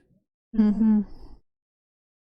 Okay, well, we are almost to the planet. My colleagues and I are almost to the planet. We will do some research. We do have some ability to hopefully find out what's going on. I will keep you informed. Please do. And give your parents my best if they're... I hope they're still alive. I hope they're okay too. Take I'm a care. little nervous. Thank you. What was your name, sir? Oh, they call me Doug. Thank you, Doug. Bye. White shirt's named Doug. Curse their name! And Craig. I'm Steve. Oh, there's a window. I feel like he chose the name Doug just to seem a little more human and bland. There's a window. So many questions not answered. Was that the pizza? They're on their way. Yeah. Pizza. Should be being delivered at 4:44.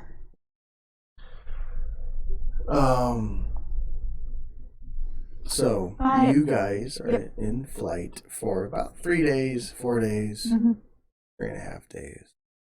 Anything you're trying to accomplish on flight, understand that deliveries will not be able to be made, and some phone calls will not be able to be answered because you're going to be out of range. So what are you doing? I'm going to call the news on India. Okay. This will be fun. No, I have a very important announcement. Okay. You got dignitaries pretending to be you. No. They answer. Hello? Hi, this is Godric. You. Click. Okay. Call again. No response. Who picked up? You don't know? Yeah, no. Okay. Let's see who else. You know what? Roll a percentile. Just roll that bitch. I got a natural 1. That's a Yes! D20, and I told you to roll a percentile dice. Oh.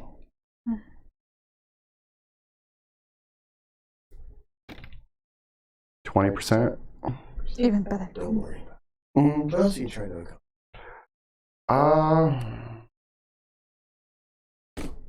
That's pretty much it. Okay. Della, what are you trying to accomplish?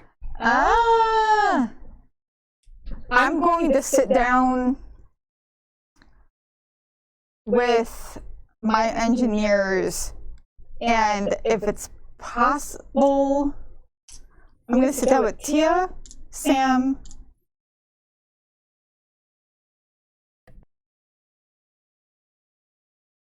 probably TJ. I just don't know how much help he would be on this.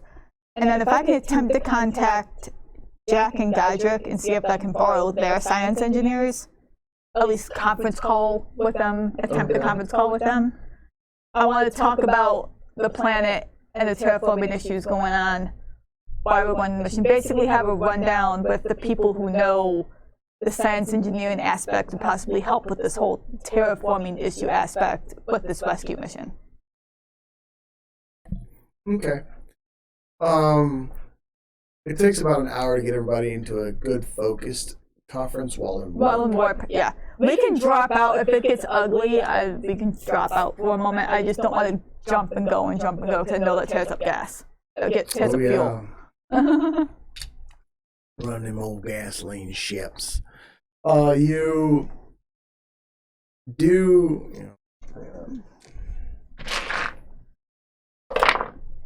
you do get an established connection.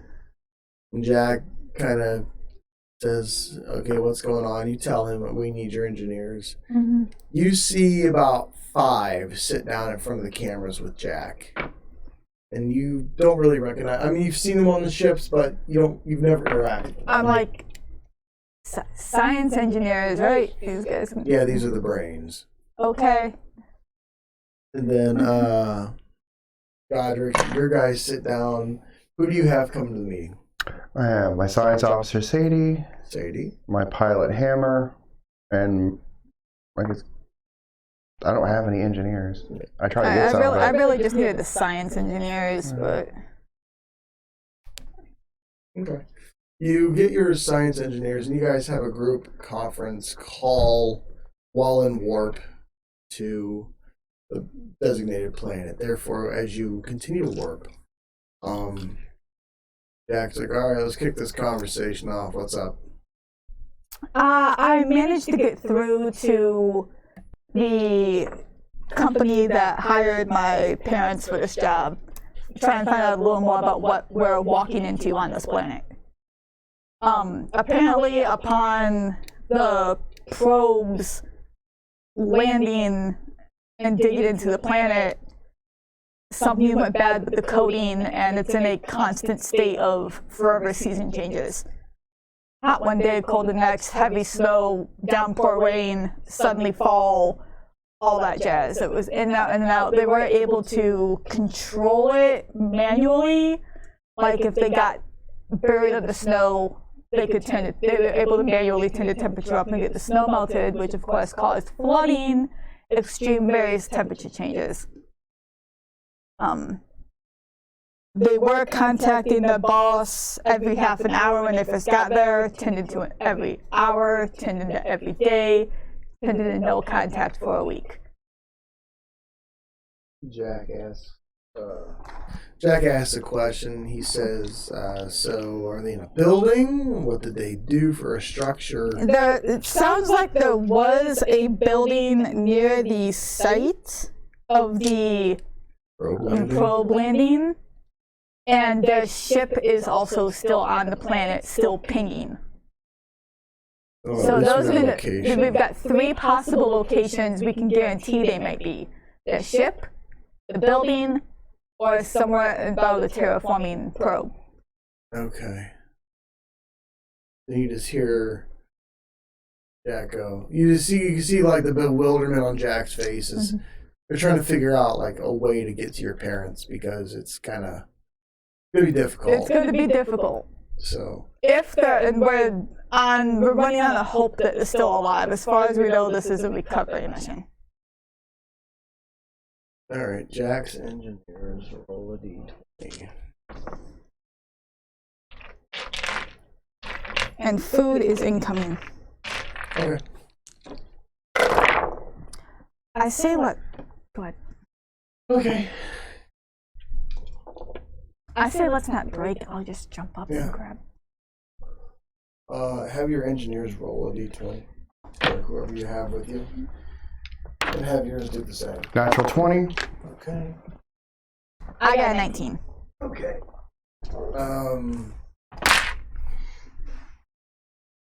Jack's guys are like, well, more or less, we're gonna have to see the site when we get there. Oh, So, dang. All right. We're gonna take a quick pause, ladies and gentlemen. Our food just arrived, so we're gonna get some food. We'll be right there. Be right back. It's easier just to do it this way, otherwise we're gonna be getting up. You're gonna be seeing nobody sitting in a chair, so just give us a second. Go get you a drink.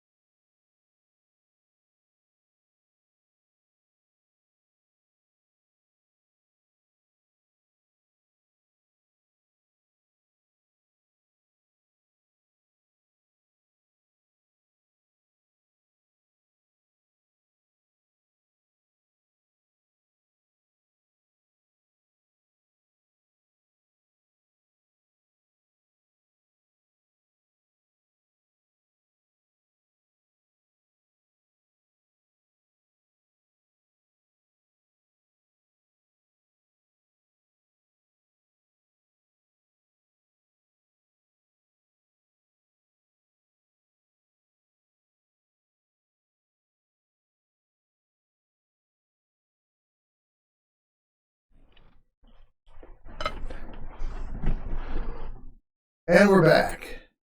Needed food. Sorry. We're hungry. So, meeting. Mm-hmm. What did your guy roll? 19. 19 years was what?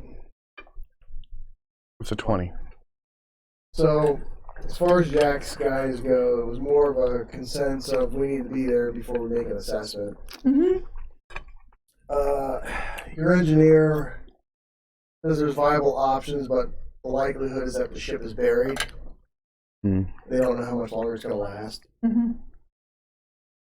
And they had more questions than they did answers. Yeah, no, that's fully expected. Like, what's the probe? What's the type? Like, Mm-hmm. And your guys as engineers more or less came to the same conclusion in a roundabout way with a lot more questions. Yeah. So, you're still in warp. What else are you guys going to talk about? Not much else to talk about. Okay. Not in warp and all on 3 different ships. That's where you guys are at right now. Mm-hmm. So, as you... was there anything else you wanted to talk about in the meeting? No, I just wanted to get people kind of up to speed, people that I know could be helpful and knowledgeable in this, a little more up to speed on what was going on, where we were going, why we were going, Okay. what we're trying to fix. Because 120 gunships are great, but they don't fix terraforming probes. Nope. Okay. Well, I'll say with that, you guys share your comments and concerns. Mm-hmm. There's safety protocols and possible safety equipment they want to utilize. Mm-hmm. Because this is foreign territory for all of you and the engineer. Mm-hmm. They don't know what to expect. So, all that being said, you guys, I'm going to say convene, finish your meeting, and then you go to bed. Mm-hmm. I'll say over the next 2.5 days, you guys are bored out of your mind in warp. Mm-hmm. What? Knowing where we're going, like sector we're going to, like what's around the planet? I have the coordinates for the planet, but like how close is the next planet? Is there any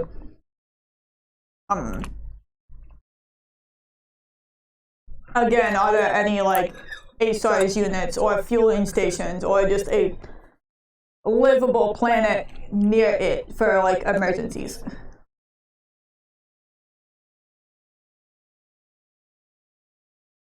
Like what kind of system are we going to?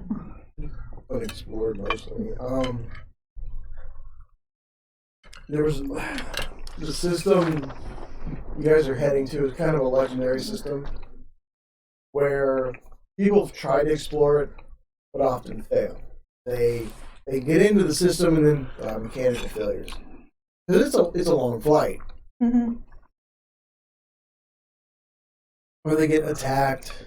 The back history on the system is that most of the time people don't come back. As far as the planets, there's several planets that are fine. Not breathable oxygen. Mm-hmm.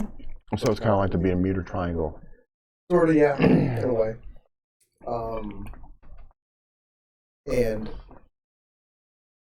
you see, at least looking into the history, you just find that it's just a kind of a cursed system where those who go out don't come back, typically. Mm-hmm. And it's like a sector of space people have tried to push into, but they just can't. For whatever reason, it's either infighting or mechanical failures or attacks or anomalies happen. It's an unlucky system. And it looks as though, Lady Luck reared her ugly face, decided to Yet again. Get your mom, your dad into a pickle. So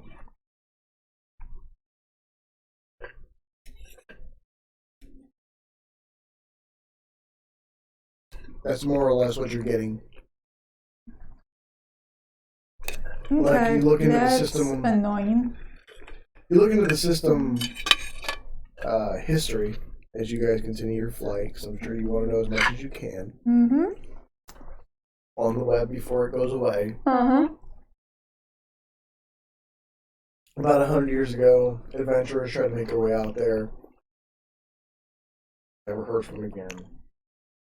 People tried to expand out there as far as evolving, going to another planet before the terraforming thing started. They almost made their way back to the Pandari system, but were attacked by an unknown group. So, things to consider. Only parts and fragments of their ship were ever found.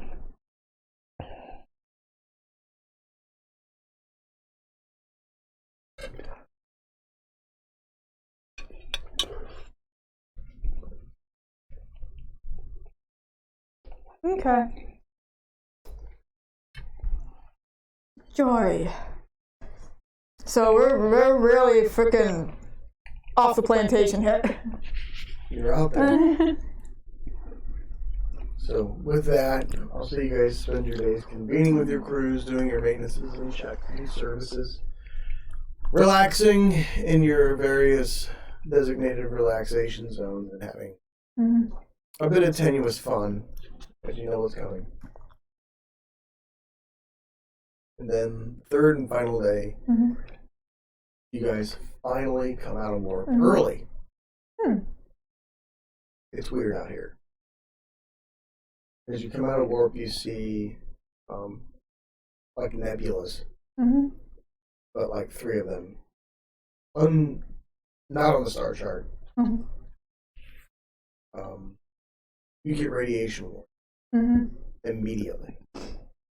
You see the Swaler go into like a bank to get away from like a almost like an aurora borealis, but it's actually like a stream of chemical. Oh shit. In space. Make a computers check, everybody, as your ship comes out of warp and scans everything in its vicinity. And my science engineer goes freaking bonkers. He loses his fucking shit, I'll tell you that. What was it again? Computers check. My guy got a 12. 22. 17. 17. Now I need you to roll one for... 18, I'm sorry, 18. Roll one for Stitch. And add a 20 to it. Because it's fucking Stitch. Because it's Stitch. Natural 20. 40. Plus 20. She appears as soon as you come out of warp. Hold position. Don't move. Everybody is us. The whole fleet. Tell them that. All ships come to a stop. You stop. You say, add me to your conference call. Full Stitch says. Oh. Can I do that? You can try.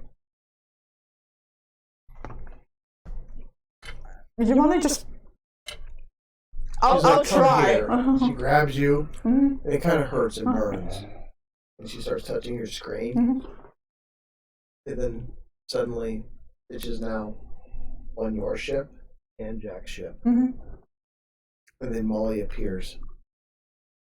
And she touches Jack's pick. And he's kind of bewildered, like, what the fuck are you doing here? And then Molly's on your ship and your ship. Okay. We're going to have to take control of the situation. You have landed in the proverbial minefield of disaster. Congratulations. This is our life. If we make it out of here, we'll be lucky. But luckily for you, you have 2 great AI to pilot your ships. Okay, so this looks like the reason most people that come out here don't come back. You're in a radiation field. Cool. Mixed with hydrogen gas.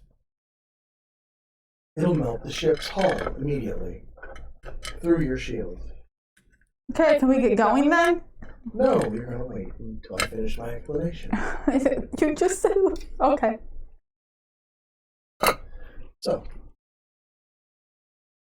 stay on course. Tell your flight commanders just to sit back. Mm-hmm. We're gonna be about 20 minutes before we get out of this. Okay. Thank you. And they stay put on your bridge, and you just see the flight controls. Joan, Lotta, let the AIs do their thing. What's your guys' HP on your hulls? You didn't give me a sheet. You have not given him a sheet.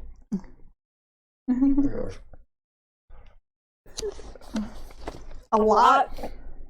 10 million. Your ship takes the lead.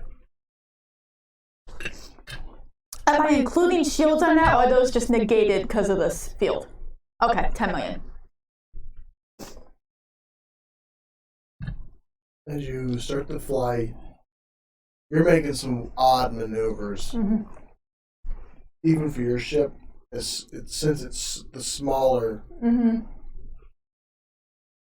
of all the massive ships. Mm-hmm. It makes sharp turns decently. You start to fly. Your hull suffers 130,000 points of damage as it clips the corner of the hydrogen gas section. How much? 130,000. Right through your shields. Okay. And then you can start to see these planets coming in. As you're banking and turning, you start to see the planets come into view. They're beautiful.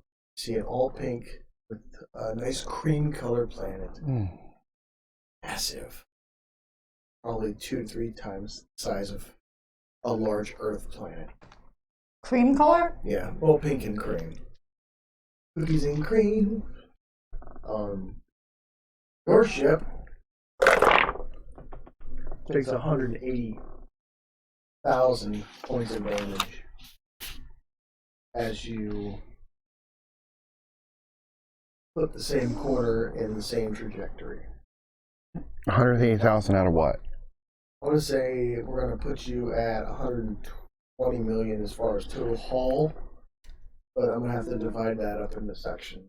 It'll be fine. Okay. You don't feel anything, Mm-hmm. but your ship does take damage. Mm-hmm. And let me do a stitch piloting. Okay. And after about another 10 to 15 minutes of this crazy banking Mm-hmm. and power surges Mm-hmm. and thruster boosting, you're back in the black. The nebulas are still around.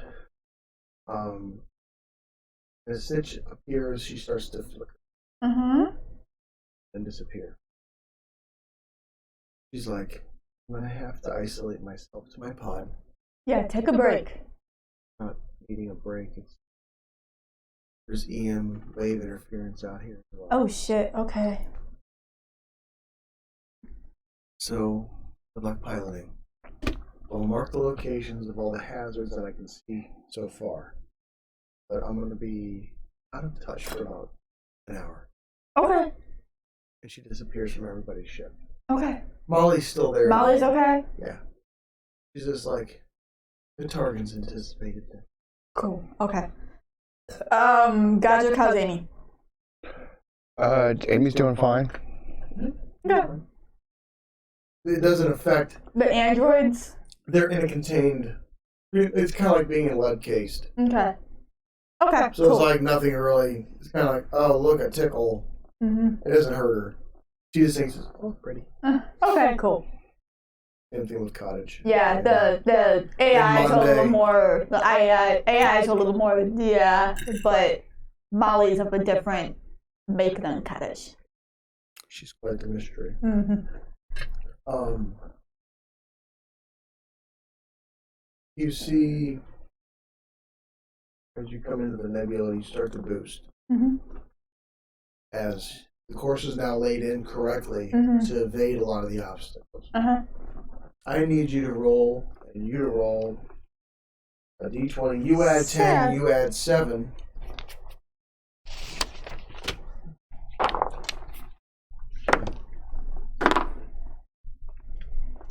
$21. What am I looking up? Nothing, just roll it. What's the number? And 17. Plus 7. Yeah. No, I mean 7 plus 10 at 17. And you guys avoid the next anomaly. Although Jack's ship is not. Mm-hmm. He suffers 215,000 damage. As you see the swaler just bust right through a block of something blue. And you just see it smatter across the front of his gunship. The ship swells into more of the defensive positioning. As that hurt. As the piloting wasn't so great. Then you get a message of Jack slapping someone in the back of the head very hard. It's a big ship, and that's a lot of... Do you message that back? No. Oh, yeah. Like, dude, come on. It's a big ship. Then he responds with like a picture meme of him doing this that his guys made up of him, and he caught them. And it says, "I demand perfection." And they gave him like a little mustache right here of you know who. Not good. And then he sends a regular picture of him pointing at his pilot. Like this. Like, dipshit. You continue to fly, and then you start to see the problem planet that you would see. You see a lot more moons and small dwarf planets than anything else, but like it's weird because these planets are rather close together. Closer than you would think they should be, but it's almost like they feed off of one another in a way. At least you get that sense, and you're not sure why. Make another computer's check for me, everybody. Yeah, 16 plus 17. shit. Wait, 7, so.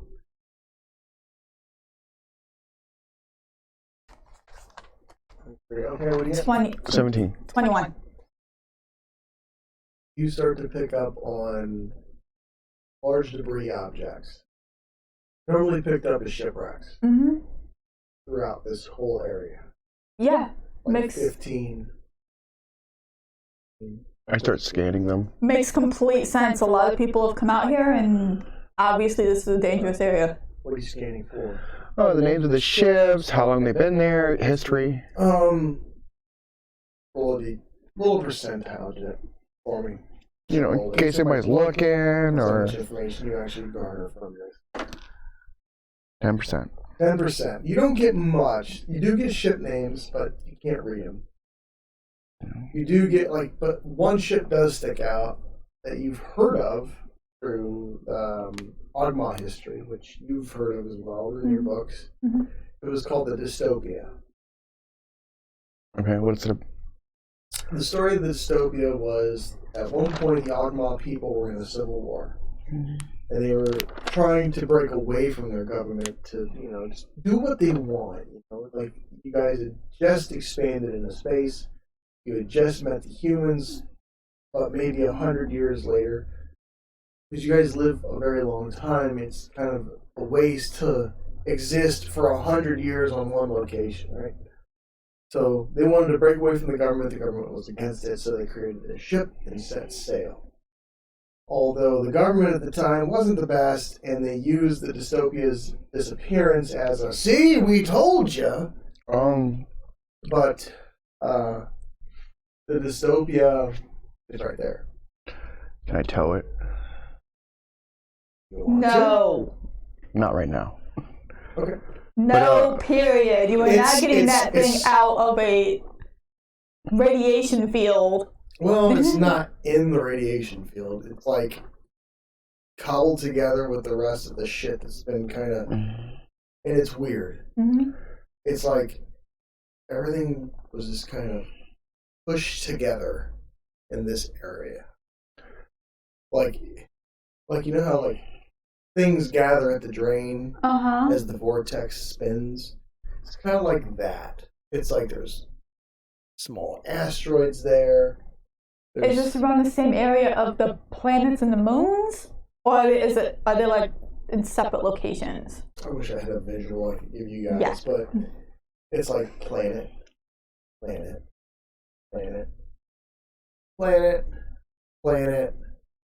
debris field, debris field, debris field, debris field. It's almost like they've been collected at each point on these planets, or near a certain planet. It was like someone just scooped up different piles of shit and just left them sit. Does that make sense? Yeah. No, I was thinking about just bringing the ship back down the Agma homeworld. I think they'd appreciate that as far as the history thing goes. Or would stir up a bunch of shit, but yeah, you could try later.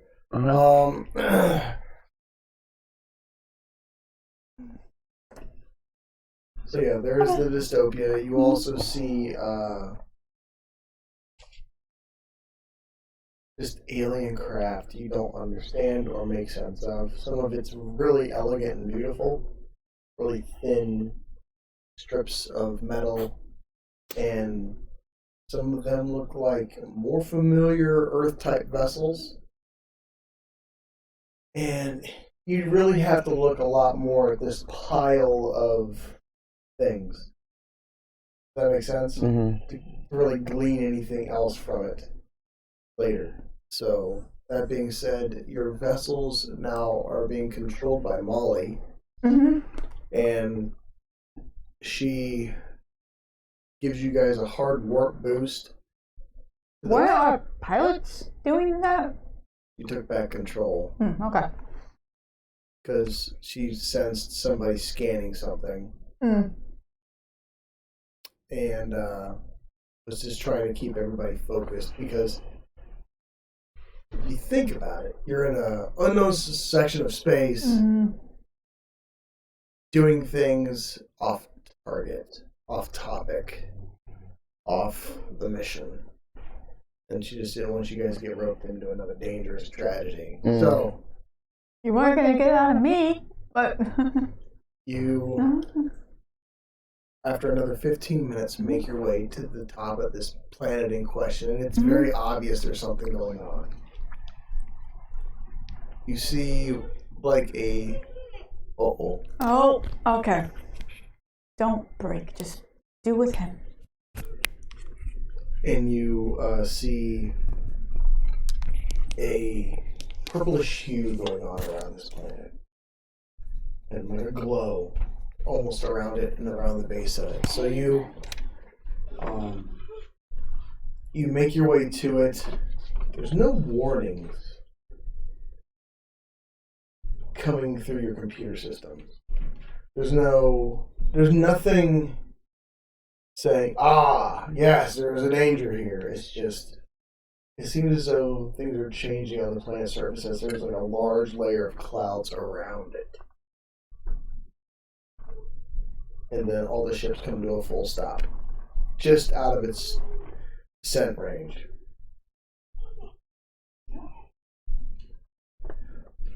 Jack to Godric. This is Godric. I don't think you want to take that big ship down there. What, the last man standing? Yeah, it's Samaritan? Yeah. Yeah, probably not. It'd probably tear it apart. There could be hurricanes down there for all we know. Oh, yeah. We don't have assist stuff out here to get you off the surface. No, you'd probably want to use smaller ships with really good thrusters and stuff to battle bad weather. I got a few, but not what I'm used to having for this type of shit.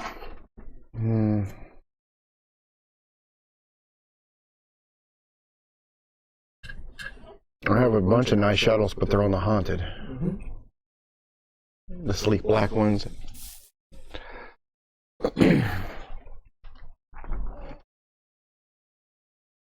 it looks like we're gonna have to go to the night. Okay. That's me, K Street, all my crew. What about a pilot? I don't need a pilot because the ship's being run by droids. So I take the pilot and Sanyo, the cook. Mm-hmm. Yeah. Make a persuasion check. I like Sanyo.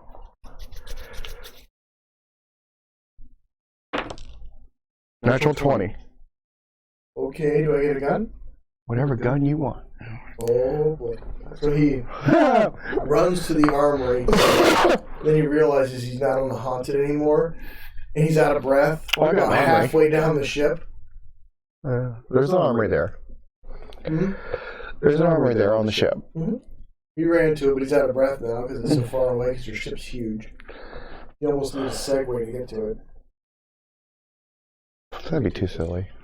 Try to segue down this. We're going to take over! Here I come, dear. Oh yeah, that'd be great. You see Sanyo reappear. He is wearing body armor that don't fit him. He has a combat helmet that's too small for him. But he has got the biggest gun that you had in that locker room. I mean, that room, there's a lot of guns in there. He's got a rocket launcher. He's like, I think I'm good. The planet might be sketchy. You might But want he's that. got the wrong rockets stuffed in like his magazine holders. He says like, this is yes, this is correct. You got the wrong thing with the other wrong thing. Just help me. Okay, I'll help you. What do you want? Send him up to an armory, dude. You sent Godric and Yengo to an armory. Pick something. He's like, so you guys walk back to the armory, and he's starting to look a little fatigued because he's got all the big stuff, like stuff you don't like. He has C4 in an ammo dump bag. He's like, what is this? And he holds it out. That is plastic explosive. Oh, here. First off, let me get some body armor for you. Oh, okay. What size are you? Small. There you go. Here's a small. Here's a helmet that fits. Here's some boots, because God knows what we're going to be stepping in. Let's see. Have you had combat training? Weapons training? Basic training out of school, yeah. What was the rifle used? It was a 22. 22. Yes. You don't have a lot of ammo right now. Oh, big caliber. You're peaceful people.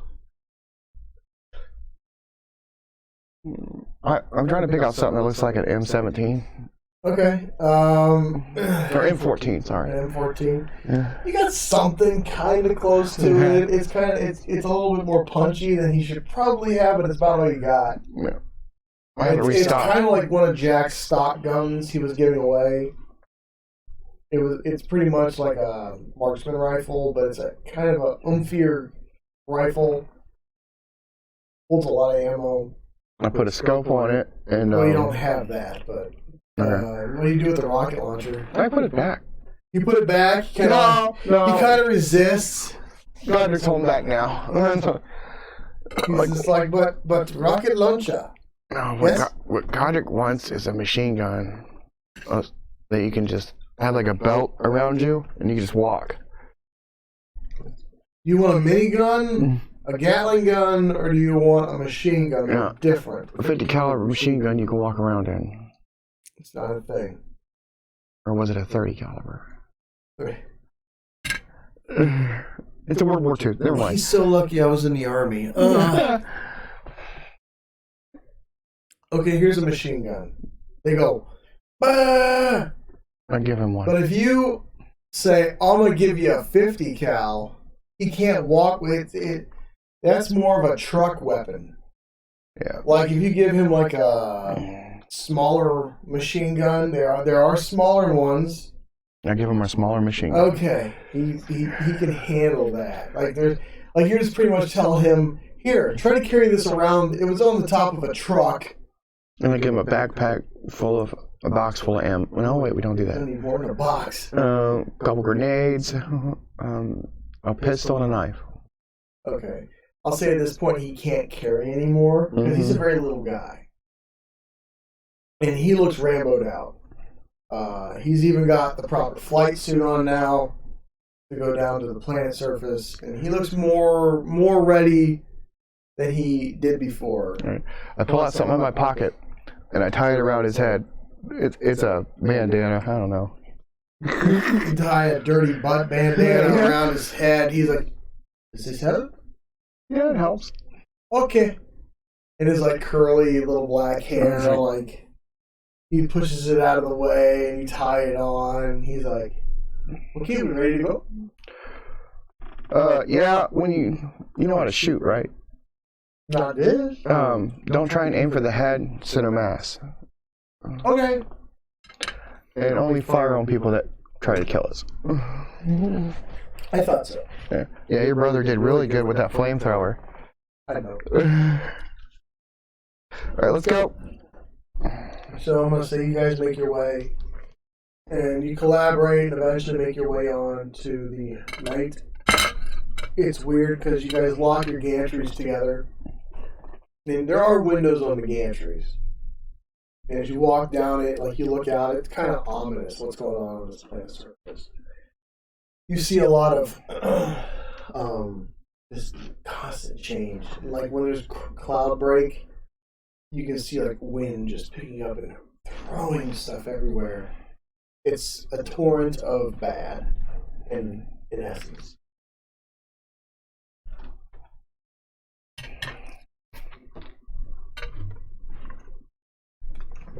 So Godric and Jack reconvene on your ship. Yep. Can I see if it's possible to get a read on the location ping coming on my parent ship? And computer check. Now that I have stealthed away from the child. Had to sneak away from your kiddo.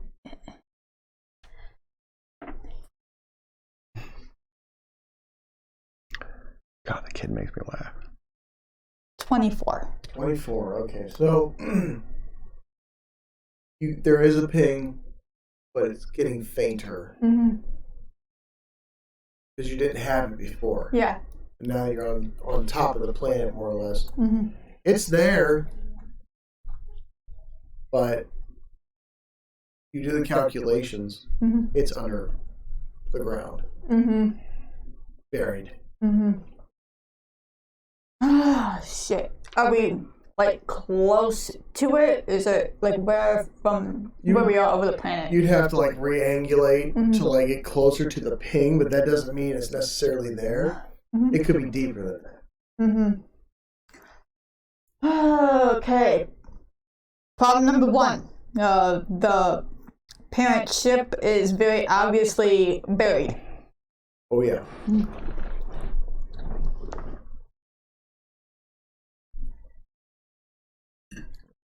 Okay. 2. You don't know where your parents are. Mm-hmm. They could be anywhere. Did we get... Shoot, he probably wasn't allowed to tell me that, and they probably don't know.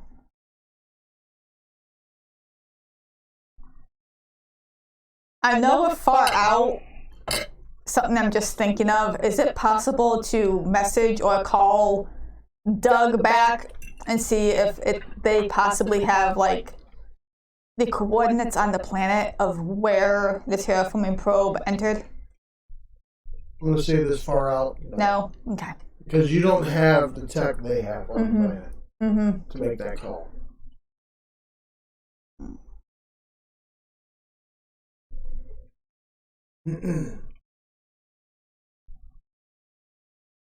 All right. I'm gonna get. I'm sure Sam wants, not necessarily wants to go. Make a persuasion check. I'd like Tia to go down because we're gonna need a medic. Yep, he's a chicken shit. I also rolled a 16. Plus. Total? Yeah, I don't know what the pluses are. What am I doing for him? You know, you're rolling for you to persuade him. Oh, okay. Sorry. 21. 21. Okay. Can I get my own rifle? Yeah. I don't know what's down there. We don't either. Mm-hmm. So he goes to your armory. Mm-hmm. He's been in combat a few times, so he knows what to get. Mm-hmm. He grabs some demolitions, like C4 type of things. Mm-hmm. A lot of different stuff. He grabs a lot of different things. I want Tia to come. I like TJ to come for an actual engineer because we need to rig some shit together. Mm-hmm. Okay. What's the plan here? Are we taking the night down? Are we taking a smaller shuttle? We're probably going to need to take the night. Okay. But it's a torrent down there, so she's going to take some damage. Shields up. Shoes.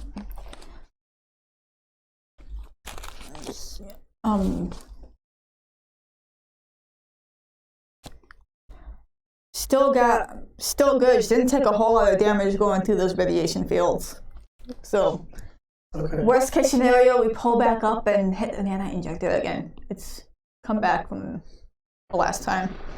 As you guys are about to make the descent, a ship does come into view around the other side of the planet towards you. Like a ship coming in or a wrecked vessel?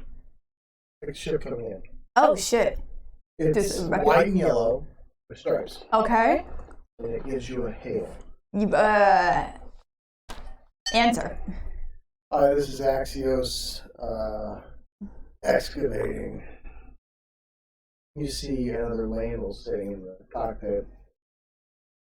Oh hi. Hey. Were you the crew that's been digging my parents out? Yeah. They're alright, I guess. I don't know. I haven't heard from them in a few days. Yeah, that's actually why we're here. Nobody has heard from them in a week. You look a lot like your mom. Is that your mom down there? It is. Alright. He's an old, bristly, blue-collar sumbitch, because he looks as mean and as nasty as he probably is. He's wearing blue coveralls. He has a lot of anti-white shirt rhetoric all over the cockpit. And he reminds you of like an old, about 20-year-ago space trucker. Okay. I'm like, terrified that I understand exactly the kind of person you're talking about. Alright, the ship took a lot of damage. Keep digging them out. You got mechs you can use. We do. You're gonna need them. Here's their coordinate. Oh, yes, please, thank you. This is the last known, but I was cutting through bedrock to try to get to them. Shit, okay. So that planet's going wacko. Uh-huh. You might be lost.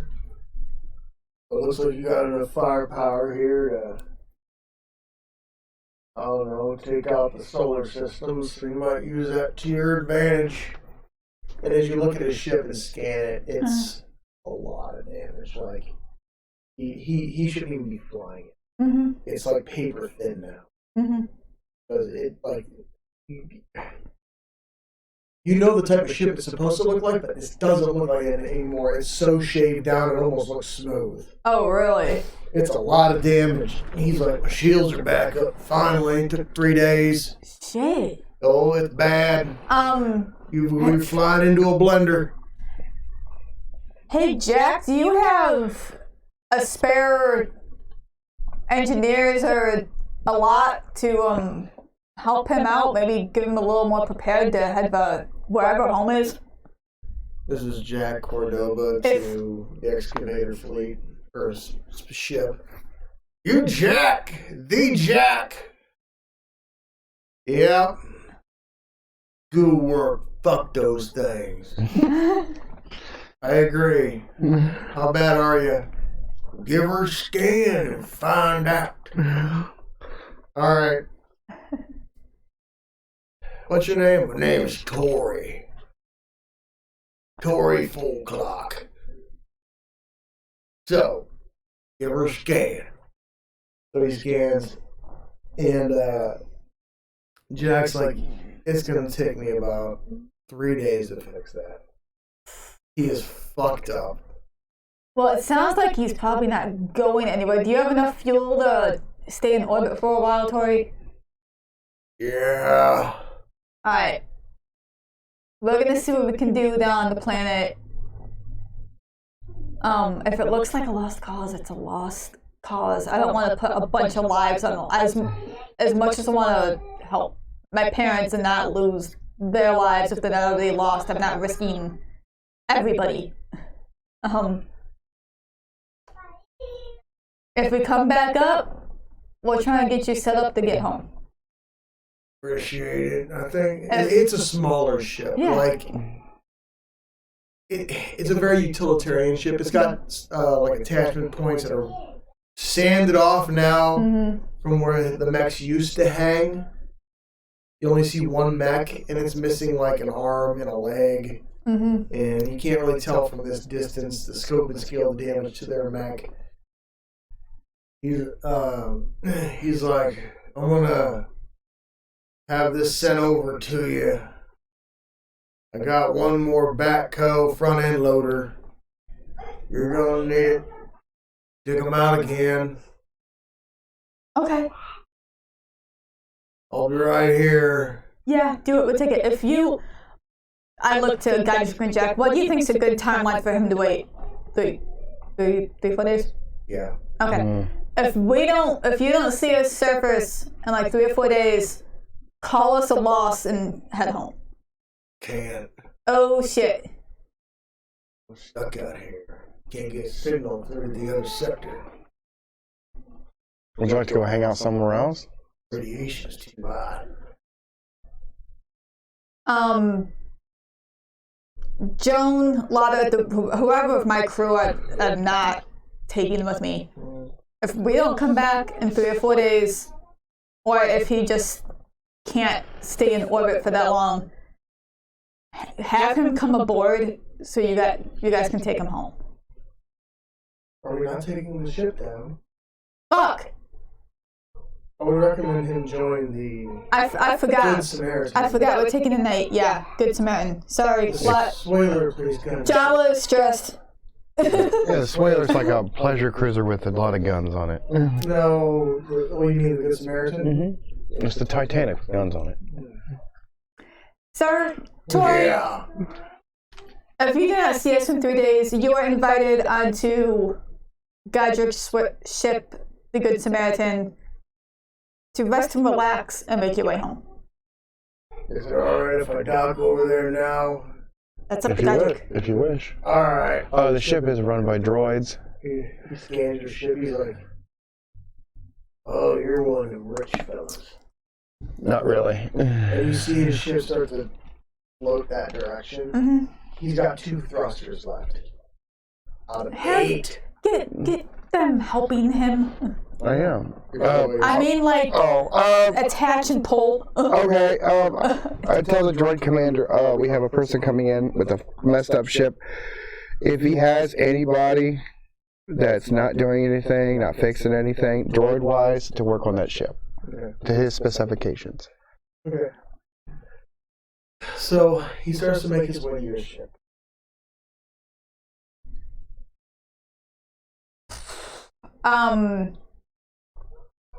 I only have 1 mech on this ship. You guys able to get some of your mechs attached? Jack's like, I got mine still.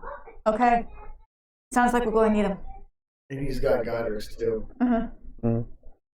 So are we, like, as good to go as we're going to possibly get here? Let's get the mechs over. He launches the heavy equipment out the back of his ship. And it's just floating there. And Jack goes, fuck. Because now he's got to somehow try to land that shit inside the night. Because it's in space floating. Okay. Okay. Joan, Amy, John and Amy, can we swing around and see if we can get it to just, like, nest itself in? Like, baseball catch it? Make a piloting check. Add 10 because Joan. 22. 22. Like the pro that she is, you see the ship in match rotation with the device, and they almost perfect park the thing, except it runs into a wall and does 50 points of armor damage because it just slams into the wall and comes to a stop. Okay. But it's on your ship now. And I'll say you guys take the next hour to get prepared. Okay. As the mechs are transferred over, you got the heavy equipment set up, you got people in the positions in which you want them to go.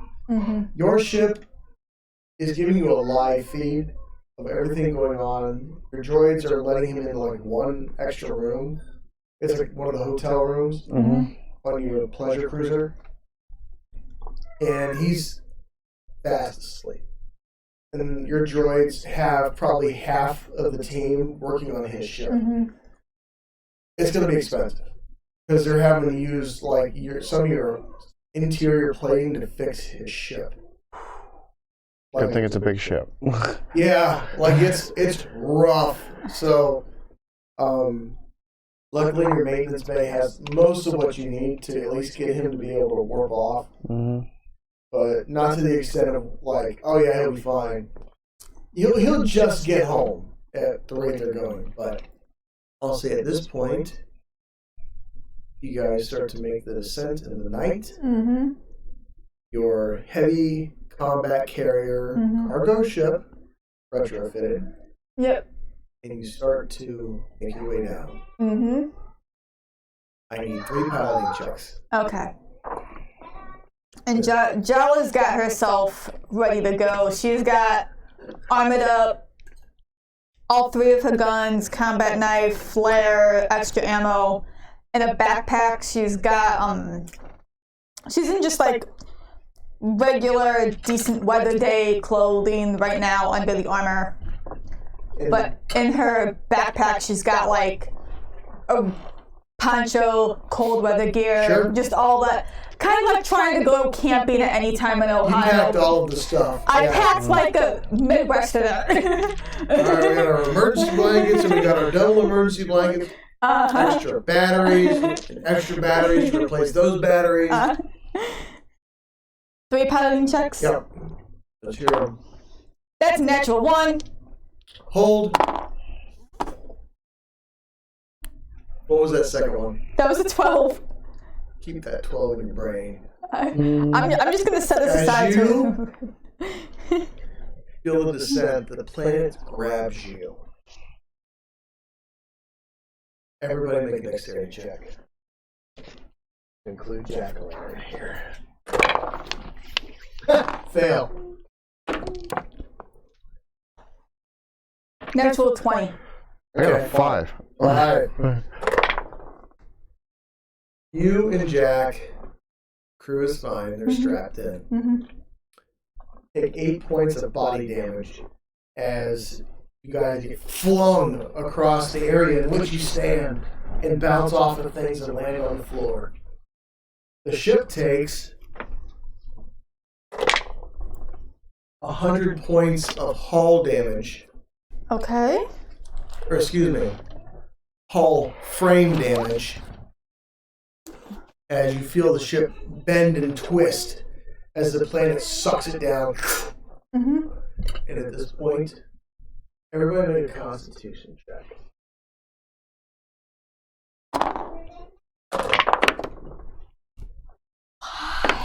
I'm not using that die anymore. Natural 20. Okay. 3. 3, and Jack is...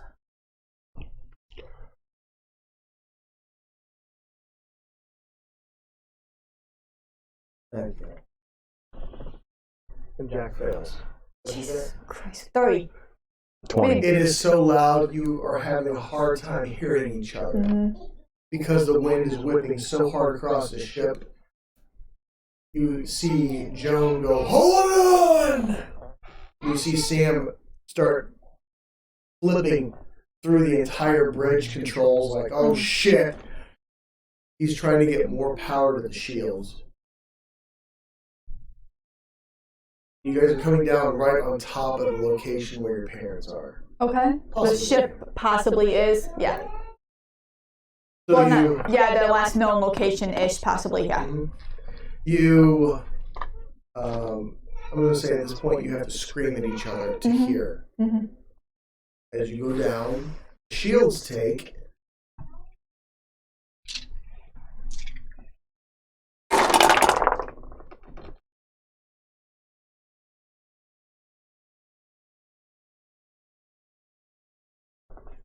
$35 points of damage a second. Okay. So, what's the recycle rate on your shields? I think 35, actually. At least 6. Hang on.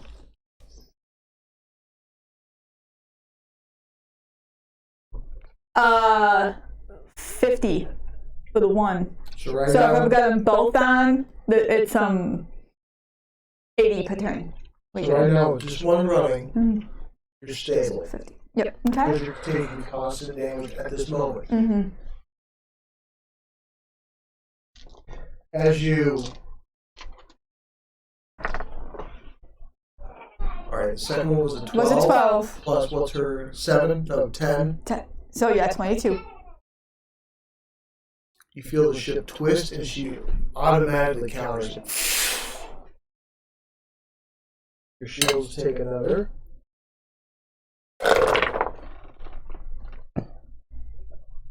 $32 points of damage. Okay. Just 32 points of damage. Mm-hmm.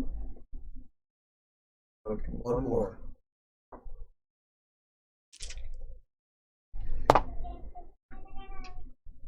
$14 for 24. 24. The shields take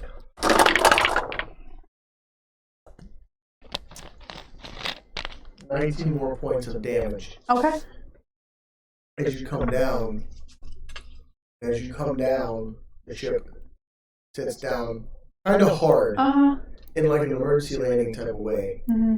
But then you feel the ship. Oh shit. Like sinking? Then you hear Joan and Lotta go, "We're going to have to stay on the ship. We can't go out. We got to keep moving." Keep it moving. Alright. That's fine. You see a get up. tree flying through the air, hit the ship like.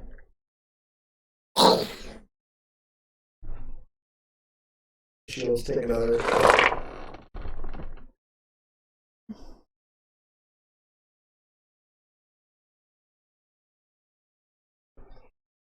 $32 points of damage. Okay. But right now, Can I attempt to do some sort of like nature scan of what's going on out there before we step out into like hurricane force winds or a tornado or something? make a computer check. It's still howling. Mm-hmm.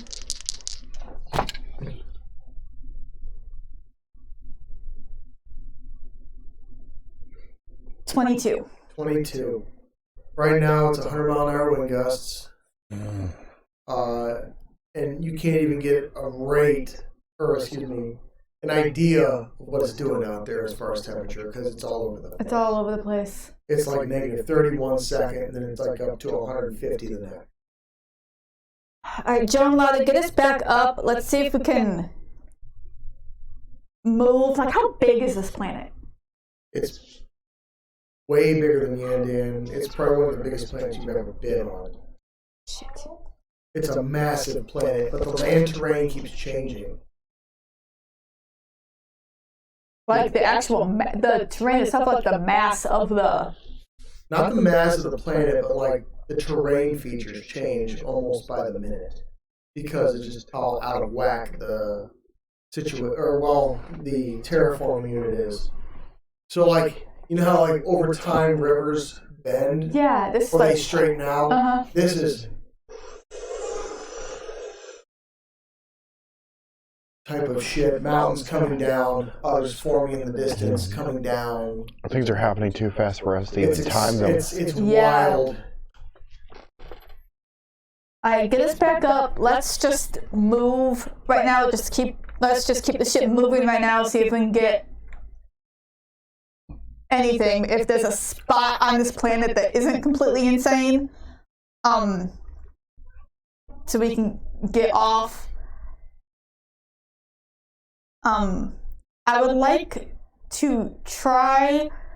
A terraforming probe should have some sort of electrical anything coming off of it. Can I try and do a scan on the planet to see if I can find any electrical ping other than like my parent ship, because I know where that is? Sure, make a computer check.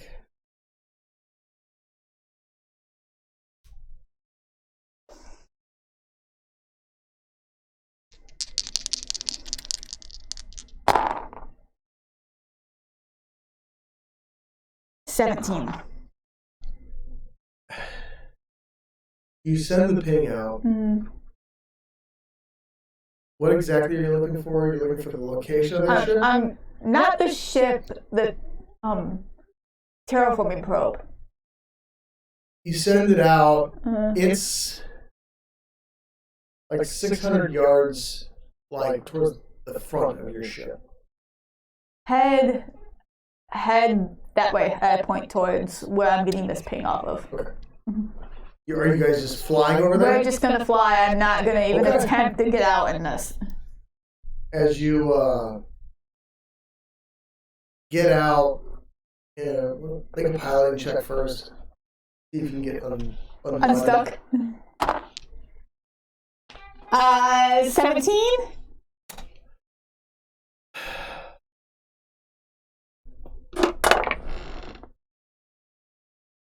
17.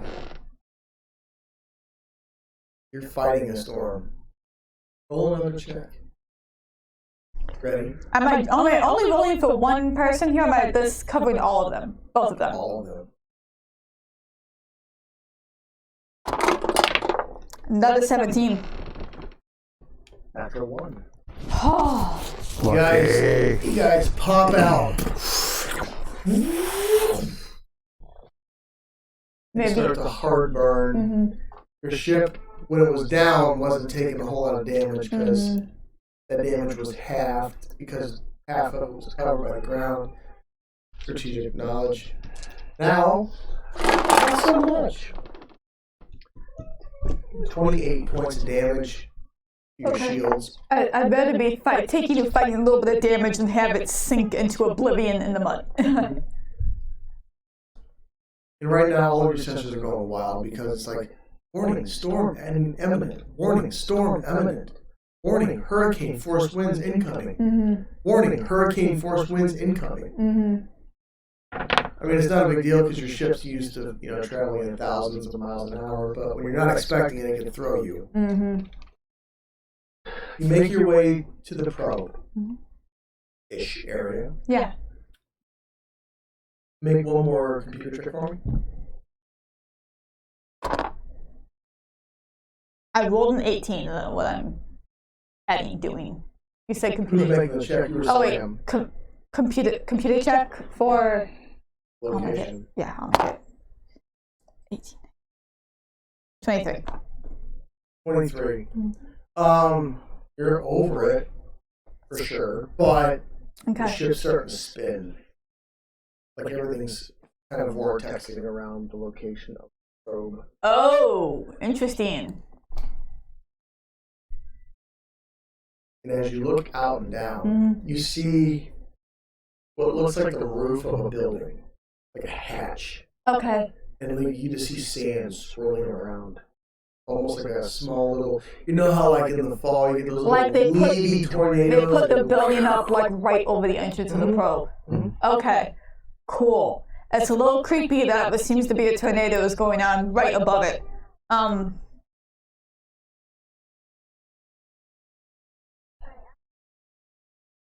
And my ship's starting to spin. Oh yeah. So you got decisions to make. Also, you have 30 seconds to make them. Move forward. Let's get out of this spin, out of this tornado. You see a lot of. And now the spin is stopped. but now you're starting to feel heavier winds coming in. You take now 4 damage. I'm rolling d20s. I'm not rolling anything light.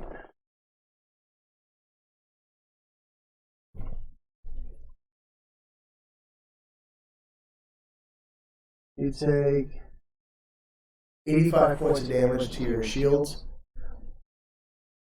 as you get thrown by gale force winds. I mean, you're in control of the ship, but it's the debris that's hurting you. It's not the it's not the it's not anything other than like dirt, rocks, and sand. Let's try and keep holding. We know that it's volatile here, so hopefully whatever the storm is will turn into something that we can get out of the ship on and into this. Jack looks at you and says, "Not going to stop." And then everybody's scientists make a roll. Your engineers make a roll.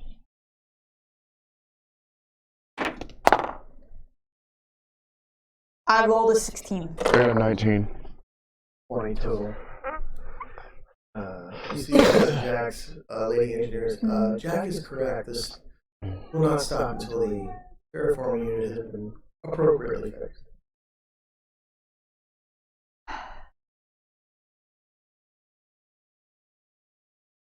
Okay. We're going to have to set out and try to fix it. It seems as though they've dropped the building on it. Yeah, but we've got to get from the ship to the building in gale force winds.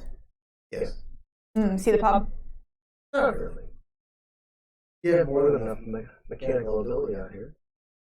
You have Max, and you have the ship. Yeah, but Max probably not. Well, might be able to make it down the terraforming probe. Depends on how big the hole is. Jack says, "I can make it there." But I'm not the brain power behind fixing this shit. Right?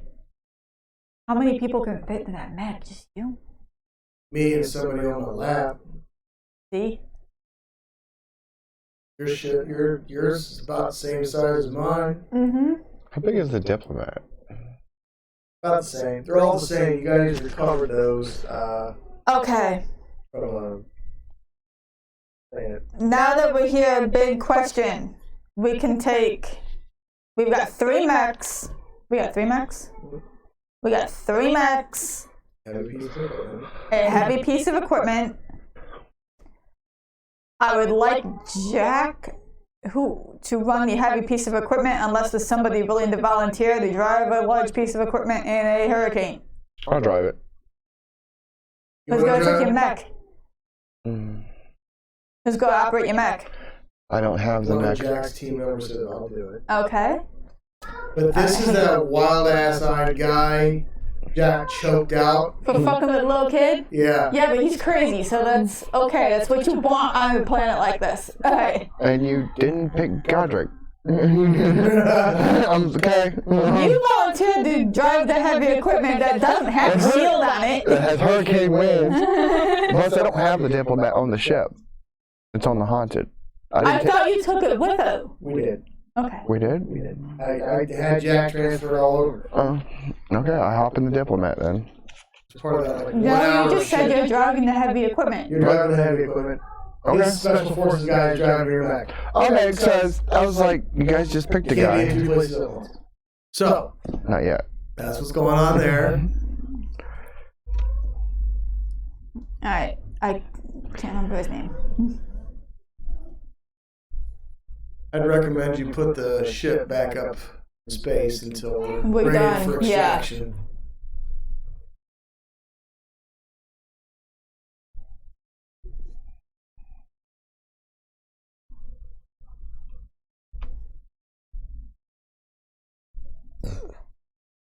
Alright, we got room on these mechs to bring 3 more people down. 1 person each.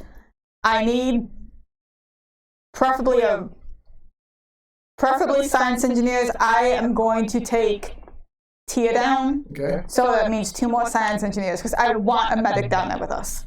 If not for my parents and for us, 'cause God only knows. Jack will take Sam. And then you'll have one of Jack's science officers is willing to ride, because you got more space and that heavy machinery than they do in the back seats. So she said she'll ride with you because there is a back seat. And then I guess you guys will convene there.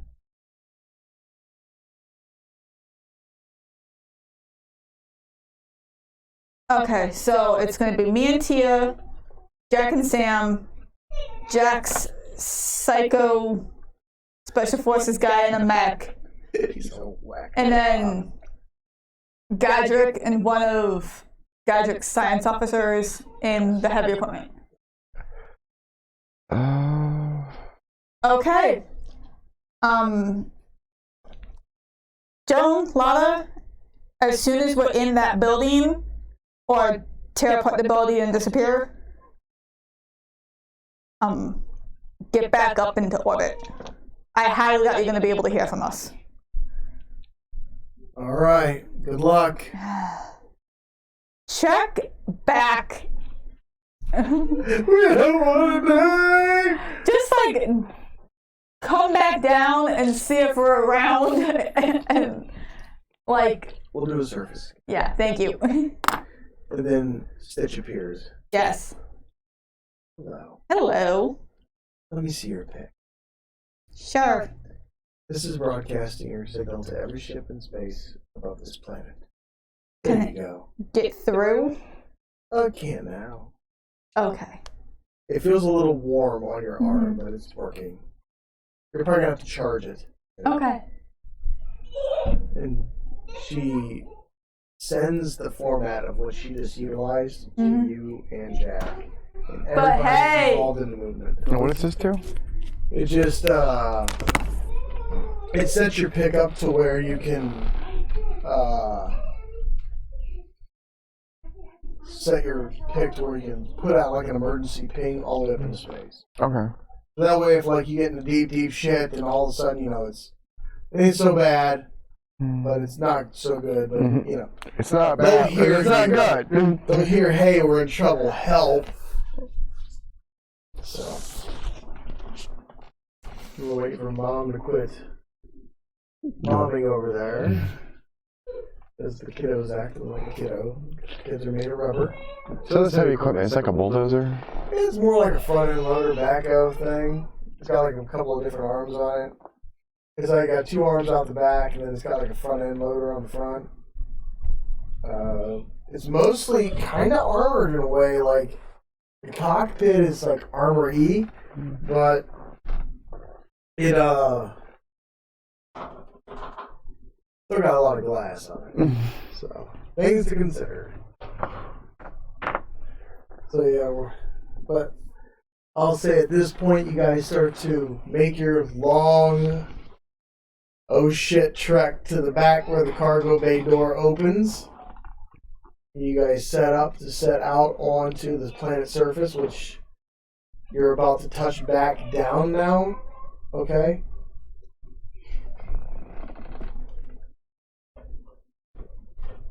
And the winds at this point are surging rather hard. You can start to see rain come in. Yeah. And then stop. And then you see snow. And then it stops. And then the winds die down. So really it happens about every couple seconds. You're not sure. It's Okay. raining. It's super volatile. How? You see hail. And then it stops. And then the winds pick back up. Is there a roof on this vehicle that I'm driving? Oh, yeah. Yeah. Alright. How big? Gee, I'm sorry. How big is the building that's seems to be over the terraforming point? It looks like a 10 by 10. Okay. A small little building, but the only thing keeping it from getting buried at this point is the vortex above it. Oh, like it was put there deliberately? Does it seem like it might have been put there deliberately? It looks like your parents might have put it there Okay. to like work on the terraforming unit while they were on the planet's surface, so they could be sheltered from the bullshit. Bullshit. Okay. Cool.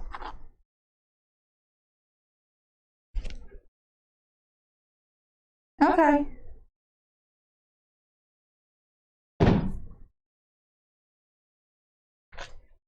So you guys step out. Yeah. The ship touches down, and the front end loader goes out first. Mm-hmm. And then Jack, in his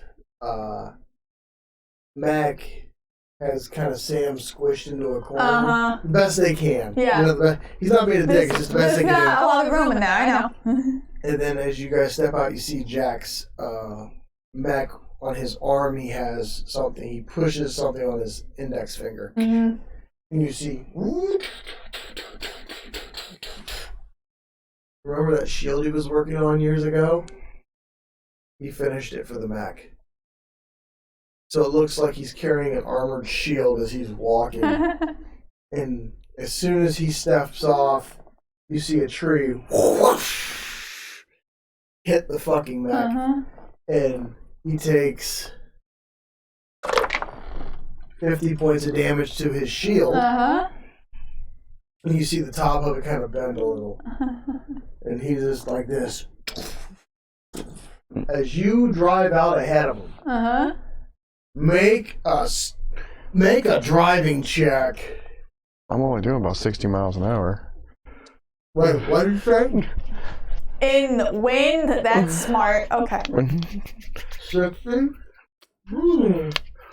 Wait, well, what is there in front of me? Is it like woods? Is it like just snow? You see this in front of you the whole time. You're just kind of steering. I'm gonna knock that down to 20. Oh no, 60 No, sounds great. 60's fantastic. Please do it.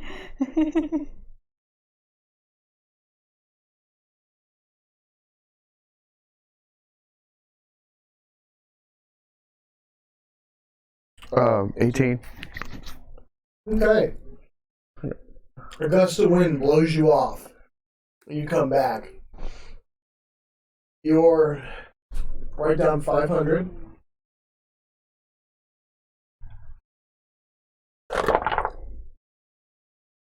-6. Okay. Bella, as you step out in your Mac. That I never operate yet.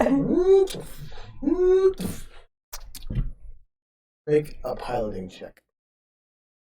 This is gonna go well. I'm glad I have the medic with me. Okay. Jack's a pro pilot, so you don't have to make checks like that unless there's some extreme circumstances. Yeah. Oh, Jack taught Jawa how to pilot. Oh shit.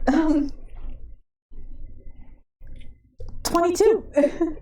22. You actually stabilize the special forces guy and the diplomat as he steps out and gets blown and turned. You just.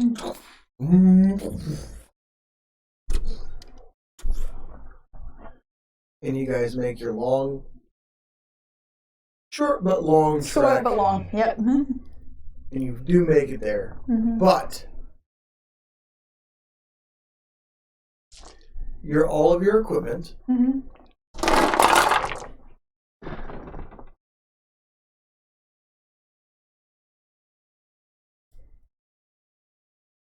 suffers 69 points of damage as you are getting blasted with sand The and max. mud. The max, all the equipment, write it all down. 67 points of damage to your max. I don't even have a mech seat. I didn't say Maxine, I said mech. A mech sheet. Oh, a mech sheet. Yeah, I gotta reprint all that.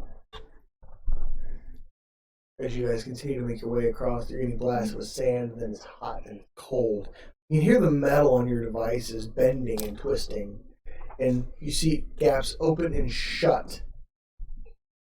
Your cockpit, the glass starts to thin and crack as sand rips through it. How close am I to where her parents might be?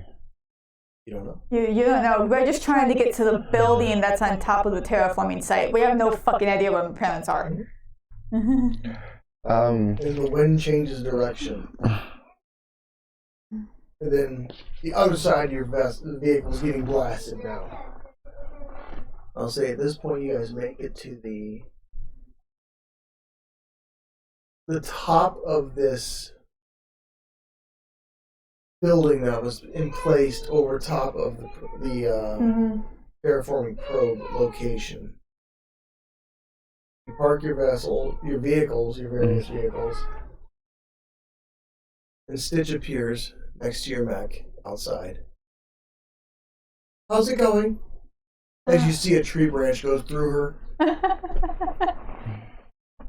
So far, so good. Your mech looks terrible. Yes, it does. I'm scared to get out of it. Have fun. Uh-huh. Okay. The door lays before you, the trap door to the roof. Access into this building. What are you doing? No, I open the door and I get in the building. You open the door? Yeah. Okay. Aren't you in a heavy equipment? Yes. Don't you have to get out of the heavy equipment to open the door? Yeah. As you open the door to your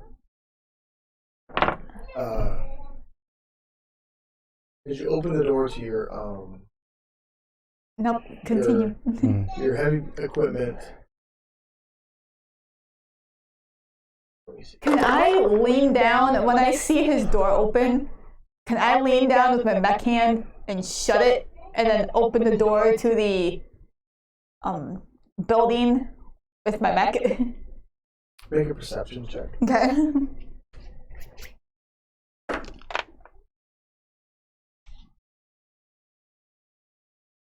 $21. As you open the door, you almost get sucked out of the cockpit. Yeah. And then you see a giant finger shut, and you hear the door. And you try to open it.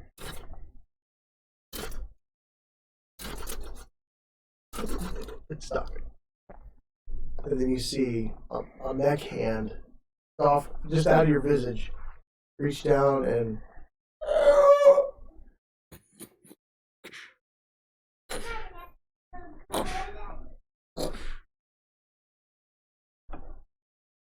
the entrance lies before you. What do you wish to do? Jump in.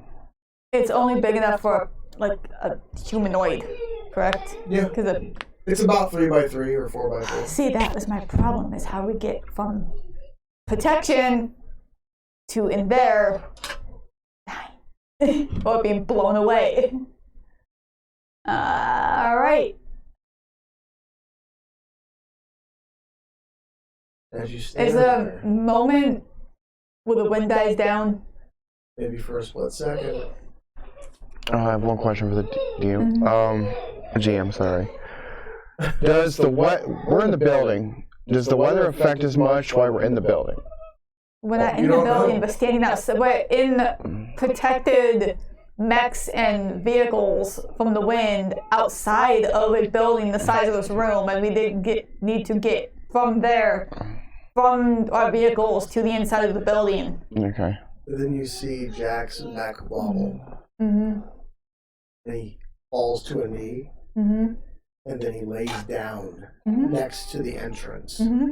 kind of blocking some of the abuse coming across the top of this as the vortex is still spinning. Okay. As you guys walk through a vortex, you're kind of in the eye of the storm, Okay. but it's still violent as shit in here. Okay. I was hoping that when we got through that vortex, because usually in the eye of the storm, including the It's tornadoes, calm, right? chill. Yeah. No, not this time. Fuck. Jack says, "Let's go!" And I'm you gonna see drop my mech to its knees so we have a slightly less drop. Mm-hmm. We're just gonna have to do it. I look at Tia like we're just gonna have to do it. She's like, "Fuck!" And you see Jack's cockpit open up, Yeah. and he starts to make a dead sprint with his helmet on, full face covering, like you've never seen Jack in full Mm-hmm. combat armor. Mm-hmm. But you both make an intelligence check. He's got some fancy shit, doesn't he? Nope. 16. He looks cool. That's a 5. You've seen him like this once in a magazine, and nobody knew who he was years ago. As you see him Try to make a strength check. And fail that bitch miserably. Mm-hmm.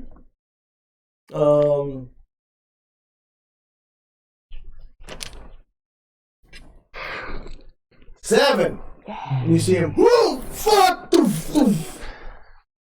And who was riding with him? Samuel. Alright. Sam does better than him. Okay. You see Sam, fuck! And drop to a knee. Right. As you see, like, just them getting pelted with shit. Okay. As they take 6 points of damage each from blunt force trauma. Okay.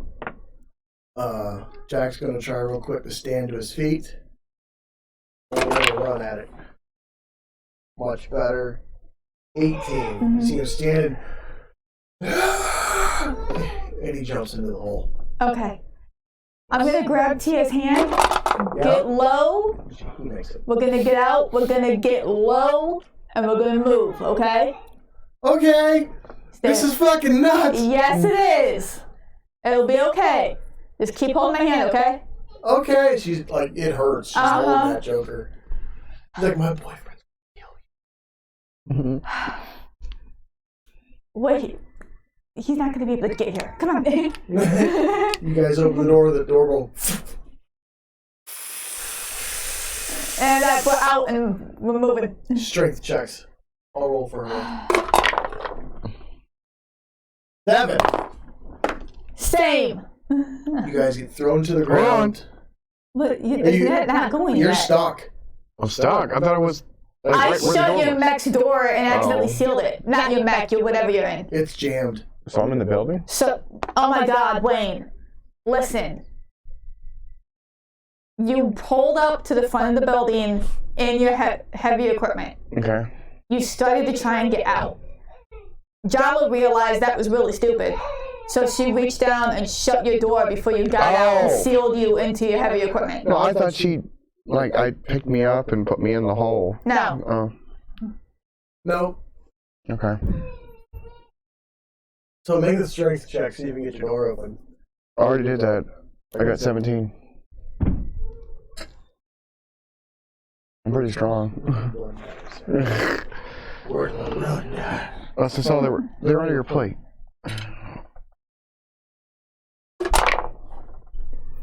You open it. And I just make a run for it right to the door. Make a strength check. I actually got a 9 total on that. You guys take 17? 18 points of damage both. What? 17?